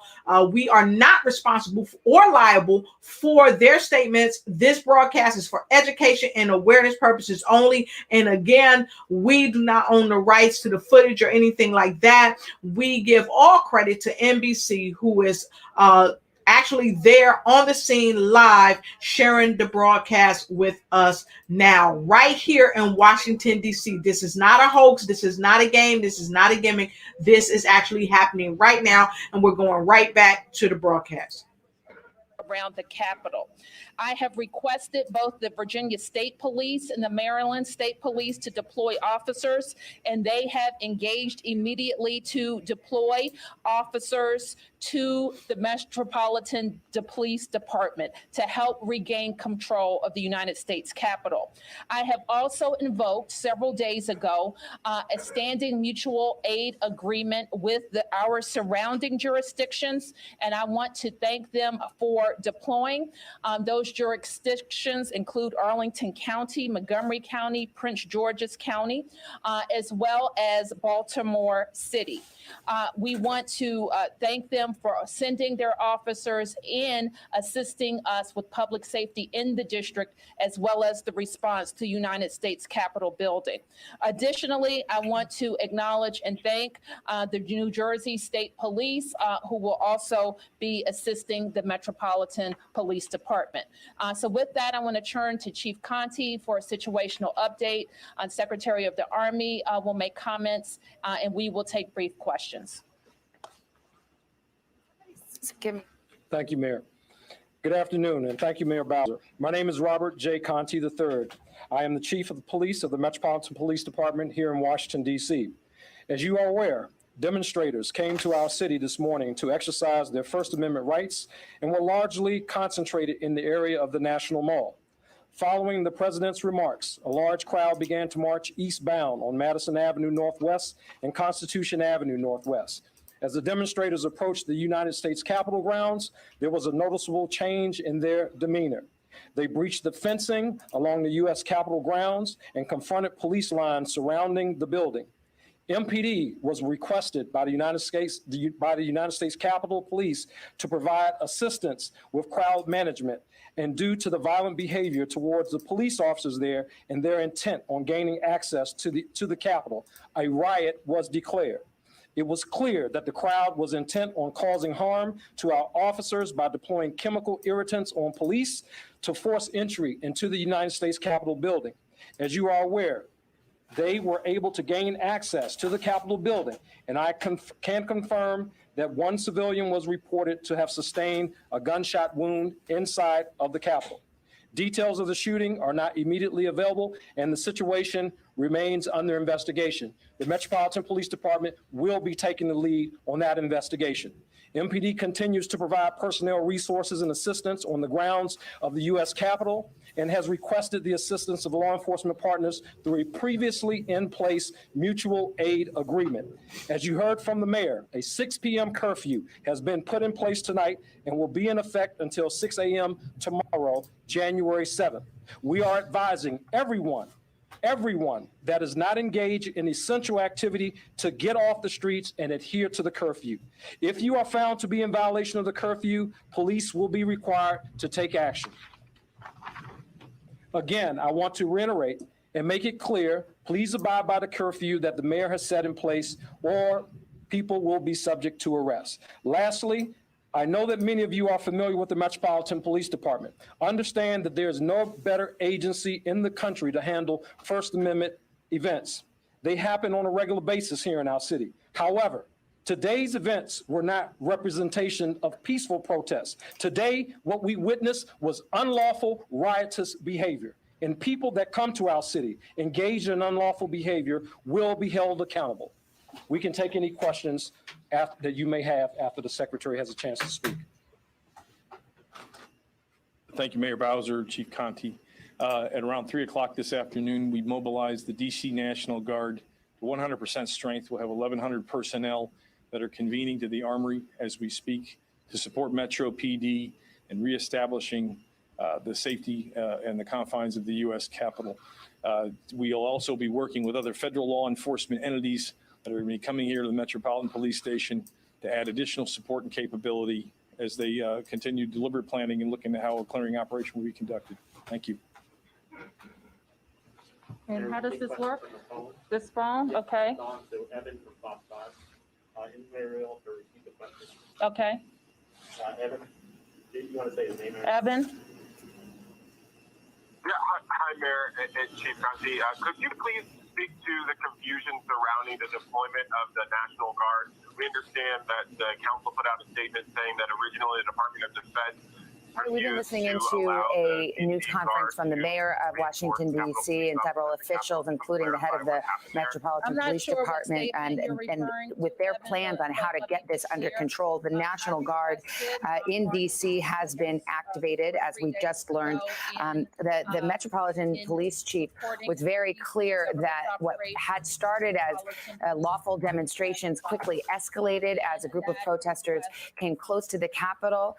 He said that violent behavior toward police unfolded, including the firing of the irritants, some kind of irritants toward police, which allowed them to breach the fence and the police line.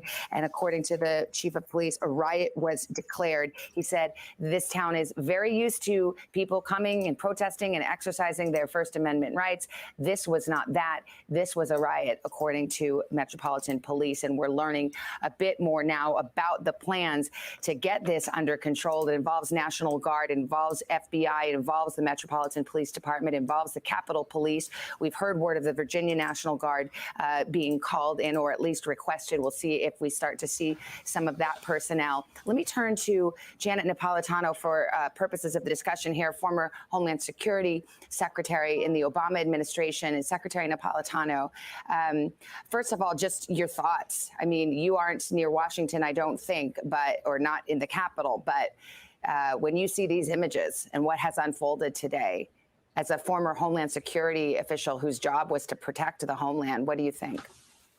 Oh, it's a dark day for our country. And, you know, when I was Secretary of Homeland Security, we did all kinds of scenario planning for attacks on the homeland. But this is akin to an attack from inside the homeland on the function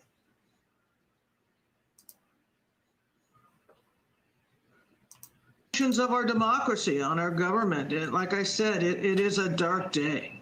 I mean, when you see that the Senate and the House have to be evacuated, that the session has to be stopped, it is an extraordinary moment. And I, of course, don't want to ask for any inside information, but if you could help us as the former Homeland Security understand, you know, what kind of planning is underway for this kind of situation. Perhaps this couldn't be imagined, where American citizens, our own people, would storm the Capitol and put in danger members of the United States Congress and their staffs. But certainly an attack on the Capitol is something you would have had to contemplate in your past job.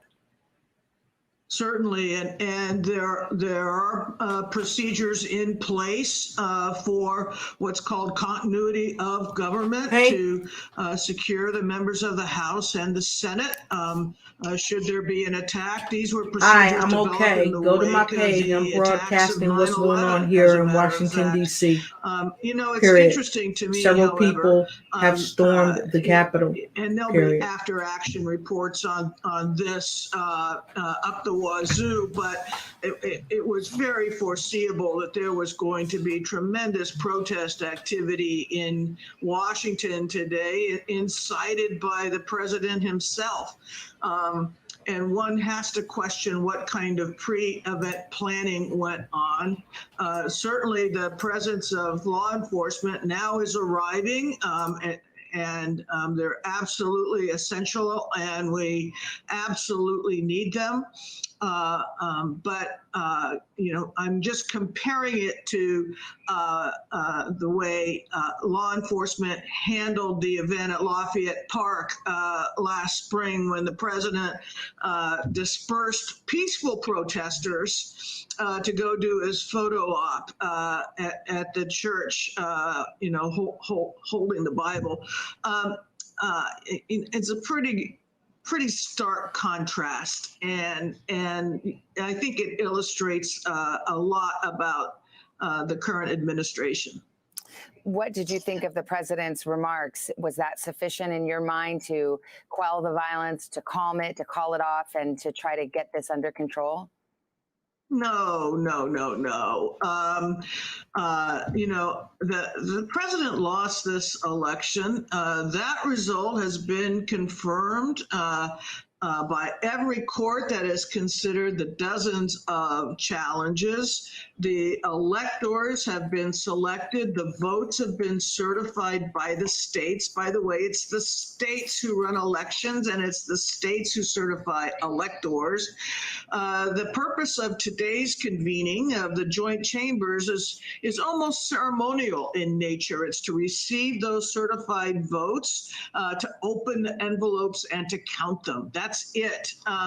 It's not a place of objection or allegations of fraud. That's the courts of the United States, and the courts have ruled. So this is over. And what the president should have done is to say that he respects the rule of law, he respects our processes, he respects that on January 20th, Joe Biden will take office as the president of the United States, and these protesters, and I'm almost reluctant to call them protesters, it's really a mob. But they should disperse and go home. And by the way, those who have committed acts of violence, broken windows, etc., they should be identified and prosecuted. Well, the head of the Metropolitan Police Department in D.C. called them rioters. Secretary Napolitano, thank you for being with us. Yeah, it does seem in the case of those who breached the line and trespassed into the United States Congress, where the public is not allowed. Yeah, that seems an apt description. Thank you, Secretary. I want to say that we've been watching this image on the Capitol grounds, and it does look like some people are being escorted out now by law enforcement. And I want to go to Ellison Barber, who's there. What are you seeing? What's your vantage point? Hey, Savannah. Yeah, so we saw these police officers in riot gear make their way up the U.S. Capitol steps and started to talk to some of the people that were still there and have gotten them to go down the steps and clear that area with them. There was not a huge group on the steps at the time that the police came up. A lot of people in this area have left, and they say they're heading up to the Supreme Court.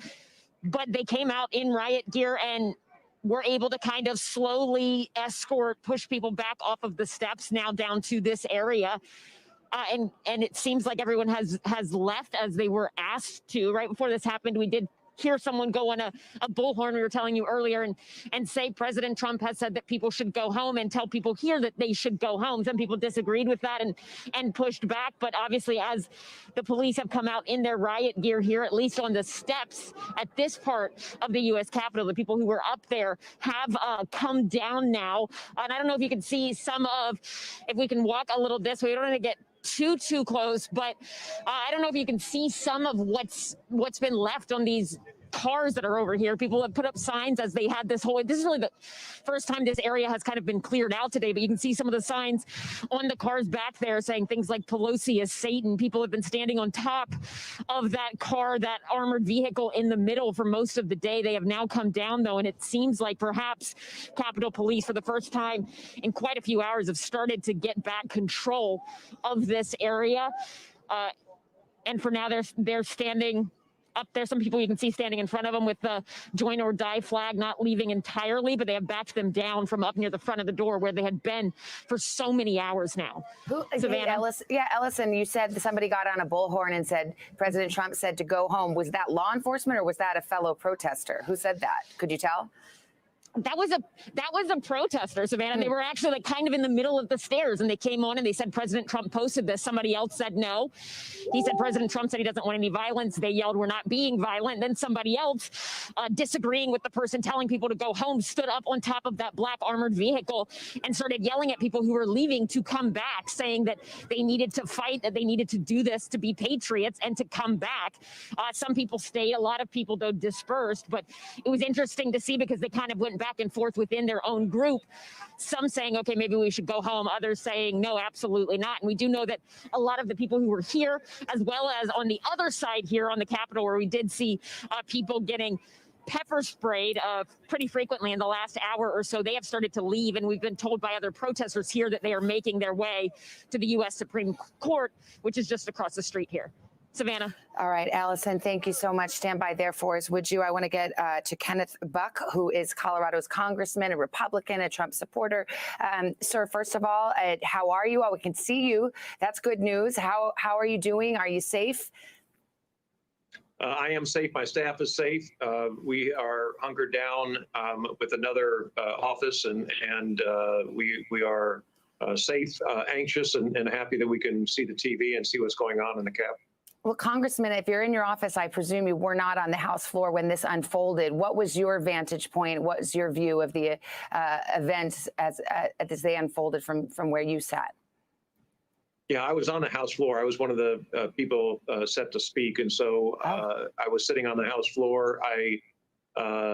First thing I saw was the Capitol Police, plainclothes Capitol Police, escorted the Speaker from the chair. We continued with the proceedings for a few minutes. The Capitol Police then announced, came on the House floor and announced that the doors had been locked in the chamber and everybody should stay in place. About 10 minutes later, we were told to put on our gas masks, and a few minutes after that, the windows of the doors around the House were being shattered. It was hard to tell whether it was gunfire at first or whether it was just a glass breaking, and it appears now that it was just glass breaking. And a bunch of us got heavy furniture and started barricading the doors to help the Capitol Police. Soon after that, probably about 15 minutes, we were told that they anticipated that the House chambers would be breached and asked us to evacuate. And so we evacuated through the tunnel. I mean, what you have just described, Congressman, is so extraordinary. You describe it in a very matter-of-fact way, but could you have imagined when you woke up this morning that something like this could have happened? What was going through your mind? Here you are about to perform that sacred duty, addressing the House floor as an elected member of Congress, and then this happens.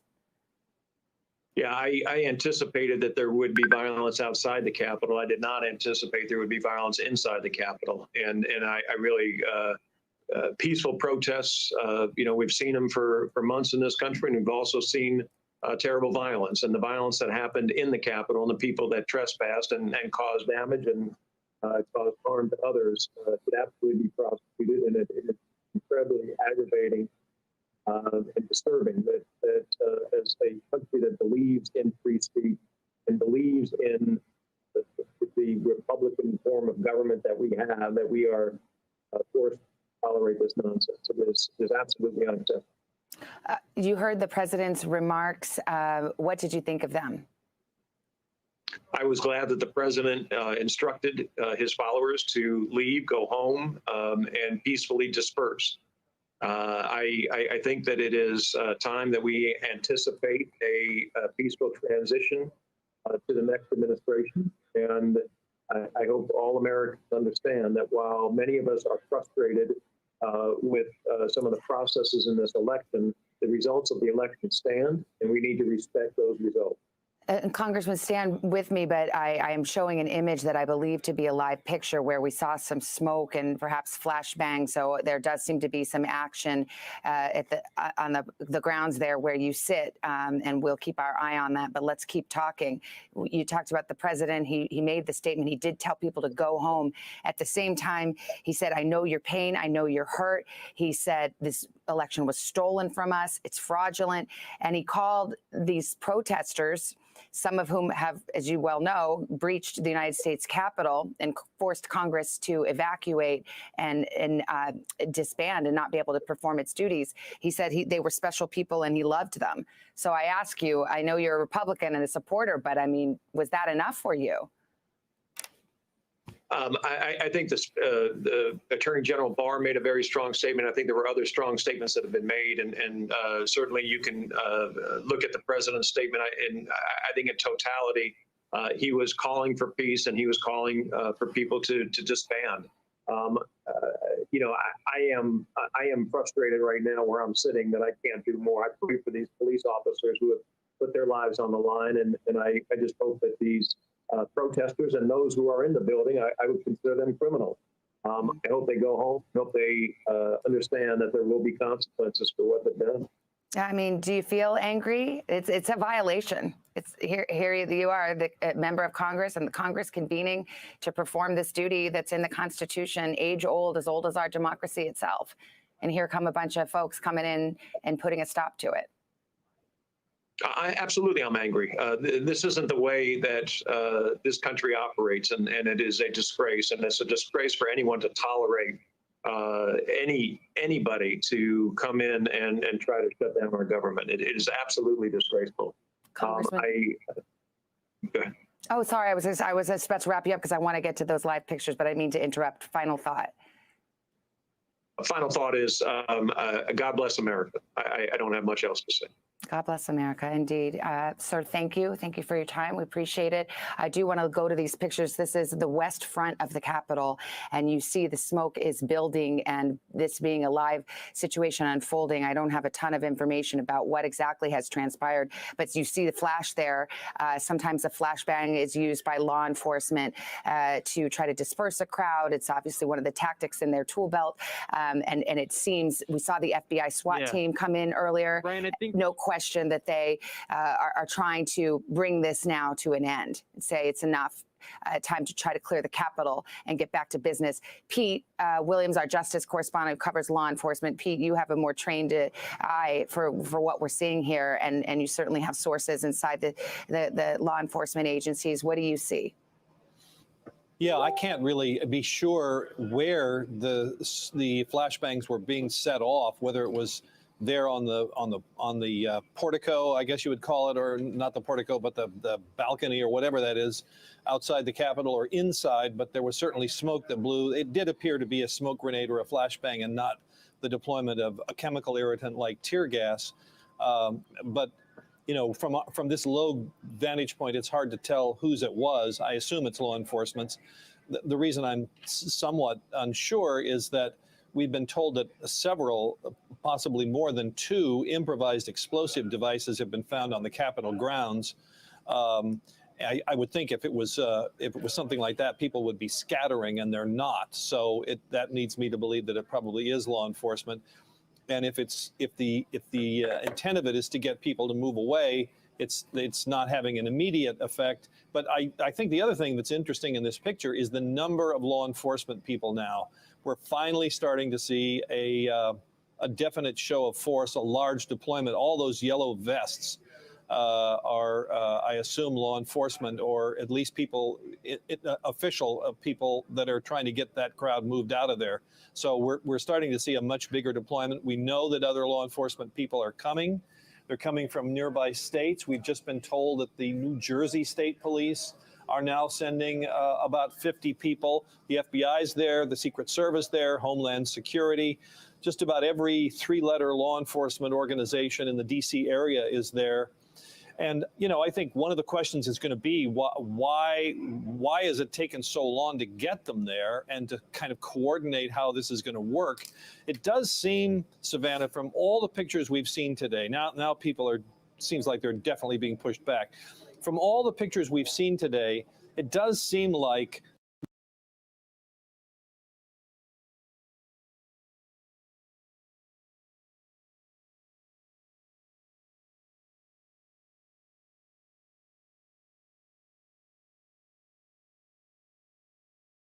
if you are wondering, yes, this is a live chain of events that's happening right here in Washington, D.C., where the Capitol was rushed today and breached today.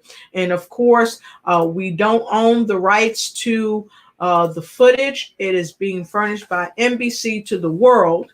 And we are just showing this so that people are aware and so that they can help people stay safe and make sure that they are out of that area. Stay away from that area if you can help it. There has been a mandatory curfew enacted by Mayor Bowser here in Washington, D.C. for 6 p.m. 6 p.m. There was an announcement made earlier today encouraging people to stay home. They have SWAT. They have all types of teams from neighboring communities and neighboring states that are working on this. And as night falls, this is what you see right here in front of you. And this is what you saw earlier today as it was crowded when it was breached. And you see the police and all are up on the stairs. So this is live. I want you to know that this is live. And if you have someone in the Washington, D.C. area that you love or care about, make sure you let them know that there is a curfew. Many people have gone back to work, so they may not know. They may not even be aware. I wasn't even aware initially about what was going on until a family member called me to tell me about what was going on right here in my own front yard, because I live right here in Washington, D.C. So please let your family members, friends, folks that you love, even your frenemies, let them know to stay away from the area. And the curfew is set for 6 p.m. Eastern Standard Time. Again, I did not own the rights for the footage. It is live on NBC, and I would imagine every news broadcasting facility is showing this right now. And the views expressed from NBC News broadcast are not necessarily the views of Lotus Roche Ignites. We are not responsible or liable for their statements or their views. This broadcast is intended for education and awareness purposes. And we are going right back to the broadcast live right here on Washington, D.C. Calling for the restoration of peace, calling for President Trump to tell his supporters to leave the Capitol. And President Trump issued a video on Twitter saying that it was time for them to go home. He also, though, said the election had been stolen from them and was fraudulent, but he said it was time to go home. And that is the state of things as we speak. Let me go to Casey Hunt on Capitol Hill. Casey, there's still important matters for Congress to conduct. The last we checked in with you, these members of Congress were still being told to shelter in place. Vice President Pence, at our last knowledge, was still on the United States Capitol grounds because it wasn't safe for him to go back to the White House. That information's a couple hours old now. But is there a plan? And Pete Williams had reported from a source inside one of those Senate hold rooms, one of that Senate shelter in place rooms, that there were senators discussing whether they could just conduct their business from that undisclosed location and just carry on the business of the country anyway with a somewhat defiant attitude. What are you hearing now? Yeah, I've heard similar, Savannah. I've talked to both House and Senate members, or texted with them, I should say, as they've been trying to figure out what to do. And the first step was to wait for this law enforcement presence to show up, which they clearly have, and the process of that is underway. There is a long list of agencies. Pete walked through some of them that are here that we have seen in the hallways. I mean, it is extraordinarily surreal to see FBI SWAT teams running through hallways that are supposed to be secured, that are supposed to be our corridors of power, literally, where they have been overrun by these rioters and are no longer able to actually exercise that power the way our Constitution says that they should be able to. So you're looking at some of it here. I mean, I never thought I would see anything like this coming from. So they've got the FBI, they've got SWAT, they've got the National Guard, they've got police forces from surrounding areas, just to name a few. So again, this is real. This is what's really happening here in the United States at the Capitol. Senators actually have the Electoral College votes with them in this undisclosed location. I'm told that a Senate staffer actually was the one who thought to grab them. And remember, this is a pretty old, arcane process, the counting of the Electoral College votes. And think back to when they would have put this law in place. I mean, Pete Williams called it the oldest, one of the oldest functions of our government. They would have been bringing these certificates from across the country on horseback. They would have been concerned about whether the people charged with getting them to the right place were able to survive their journeys. I know it may sound dramatic, but that was the circumstances that they were dealing with. And it's part of why the law is written to send several copies of these certificates out there. But what it means is that those physical items are imbued with very important characteristics, right? They come here, they open, this is what Congress is supposed to do. They open the envelopes, they read the numbers, they figure out what they say, and they put down the official tally. And yes, we don't necessarily need to do it that way now in the age of the internet, but that's how we do it here in the country. So the physical manifestation of those is very important, and somebody just grabbed them on the way out and took them to this secure location, Savannah. Well, you know, that I think that's actually quite poignant, Casey. I mean, it's not just a matter of ceremony, or in some ways it is, but at this really dark moment in our country, it calls into mind our history, and that this democracy, this only, you know, few hundred years old, is fragile, as we've heard many of our leaders say today. And that notion of somebody just grabbing those electoral votes, which of course represent the will of the people and the voters who came and exercised their precious right to vote. You know, it actually, I think it really puts things into sharp relief at this extraordinary moment in our country. And Casey, honestly, there are probably folks tuning in here who are just living their lives. We're in the midst of a pandemic. We have an actual crisis going on, a health crisis in our country. And now there's this crisis that did not have to happen. To catch people up who may have not been following this as closely as you do every day, this electoral college vote that was to take place today, there was no suspense about the outcome. The votes are in, they've been certified, the legal challenges have been mounted, they've been rejected, recounts have been requested, the recounts have happened, the audits have happened.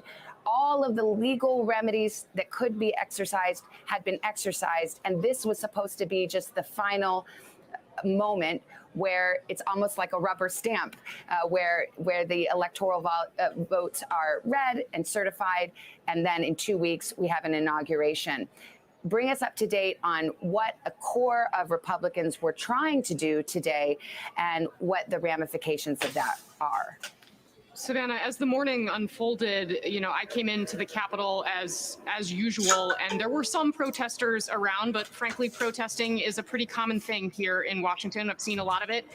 It's not usually an issue. It didn't seem abnormal or out of the ordinary, but the process that was about to be undertaken here today was from the start of the day historic. We were expecting to see and did see an objection to the counting of the Electoral College votes. And normally this only takes about a half an hour. This is, I believe, the fourth one of these that I've been up here for. It's the first one I even really remember, although I remember seeing the mahogany boxes go by in past election cycles. But of course, President Trump had urged his supporters to question the integrity of the election to try and fight back. Stop the steal is the phrase that they have been using. And while everything got off to what seemed like a normal start here in the building, the objection was made. The way the process works, all members of Congress were together in a joint session. Once the objection was made, they were to separate to their respective chambers. This is all laid out very carefully in the law. Each chamber was to debate for 2 hours this objection and then take a vote on whether or not these electoral college votes were properly cast and should be counted. And we know that there were Republicans, many of them prepared to vote that no, those electoral votes should not be counted. However, Mitch McConnell actually opened the debate on the Senate floor by saying that it was time to put this all behind us, that if, in fact, they continued with the objection to the counting of the votes, to certifying President-elect Joe Biden as the president, that our country would end up in a death spiral. That was the phrase that he used. Our democracy would end up in a death spiral. And just moments later, we saw protesters, rioters rushing the Capitol, eventually breaching both the House and Senate floors, now leaving us with lawmakers in hiding, unable to conduct the business of the country, and an uncertain outcome in terms of how law enforcement is going to finally put an end to all of this. Savannah. All right, Casey, thank you. Let's take a pause right here. I'm going to turn coverage over to Chuck Todd, our political director, host of Meet the Press, to carry it on. We'll check back in with you, Chuck, in just a couple of moments. I'll send it to you.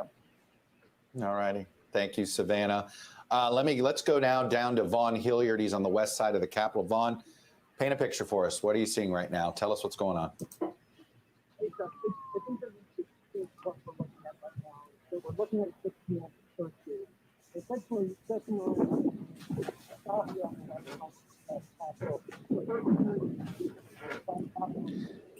Vaughn. Well, while they're getting that together, a couple of questions came about. Who do you think should be held responsible for this breach? Comment down below. Now, we're dealing with grown people who have a mind of their own. No one can stop them from doing what they want to do, but of course, people can encourage them to do what they do. So that's the question that people seem to want to know the answer to. Well, comment down below with what your answer is. And in the meantime, we're going to go back to the broadcast. They seem to have lost a little audio right now, or they lost their way for a few minutes, but I think they're back with some audio, so we're going to hear what they have to say. To the first floor of the Senate, where I encountered, I was stunned to encounter a group of protesters trying to make their way up the steps into the Senate, to the second floor of the Senate. And I saw this police officer courageously try to hold them off with nothing but a baton, but was ultimately unable to do so. And the protesters chased them up the steps, where there was a sort of a standoff, and right steps away from the Senate floor. These protesters were carrying Confederate flags. They were yelling traitors.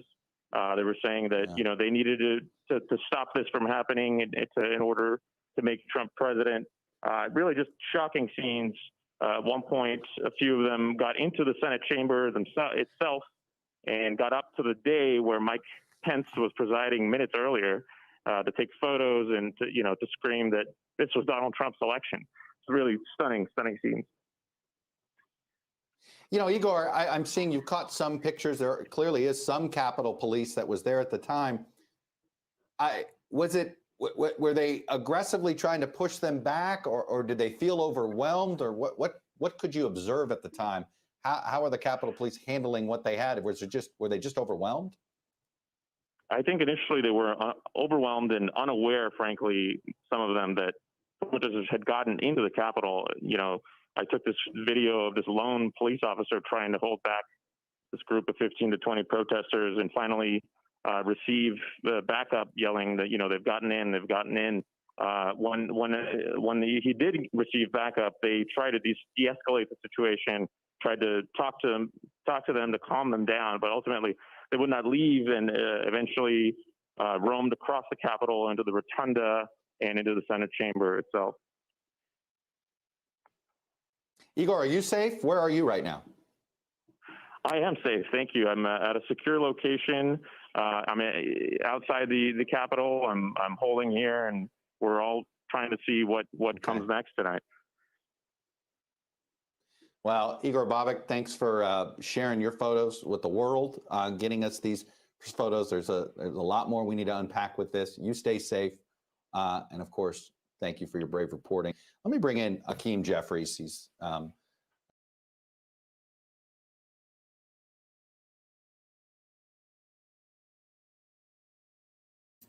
Thanks, Camille, for always letting me know if I'm muted. So, folks, I want to thank you for tuning in to what's going on thus far. I greatly appreciate you tuning in. We're going to take a break for a while, and then we're going to come back with some coverage of the coverage later on tonight. So stay tuned and ask yourself some real questions. What can we do to help ourselves in this country to solve the problems that we're having, where people are now storming the Capitol, doing things that we never saw ever in the history of the United States? You know, there have been all type of protests in March on Washington, peaceful marches, but nothing like this or to this magnitude where people have stormed and gained entry to the Capitol. So with that being said, I want to thank you for sharing your time and your thoughts with me. And we'll see you back real soon later this evening for a recap of what's going on here in Washington, D.C. Thank you and see you soon.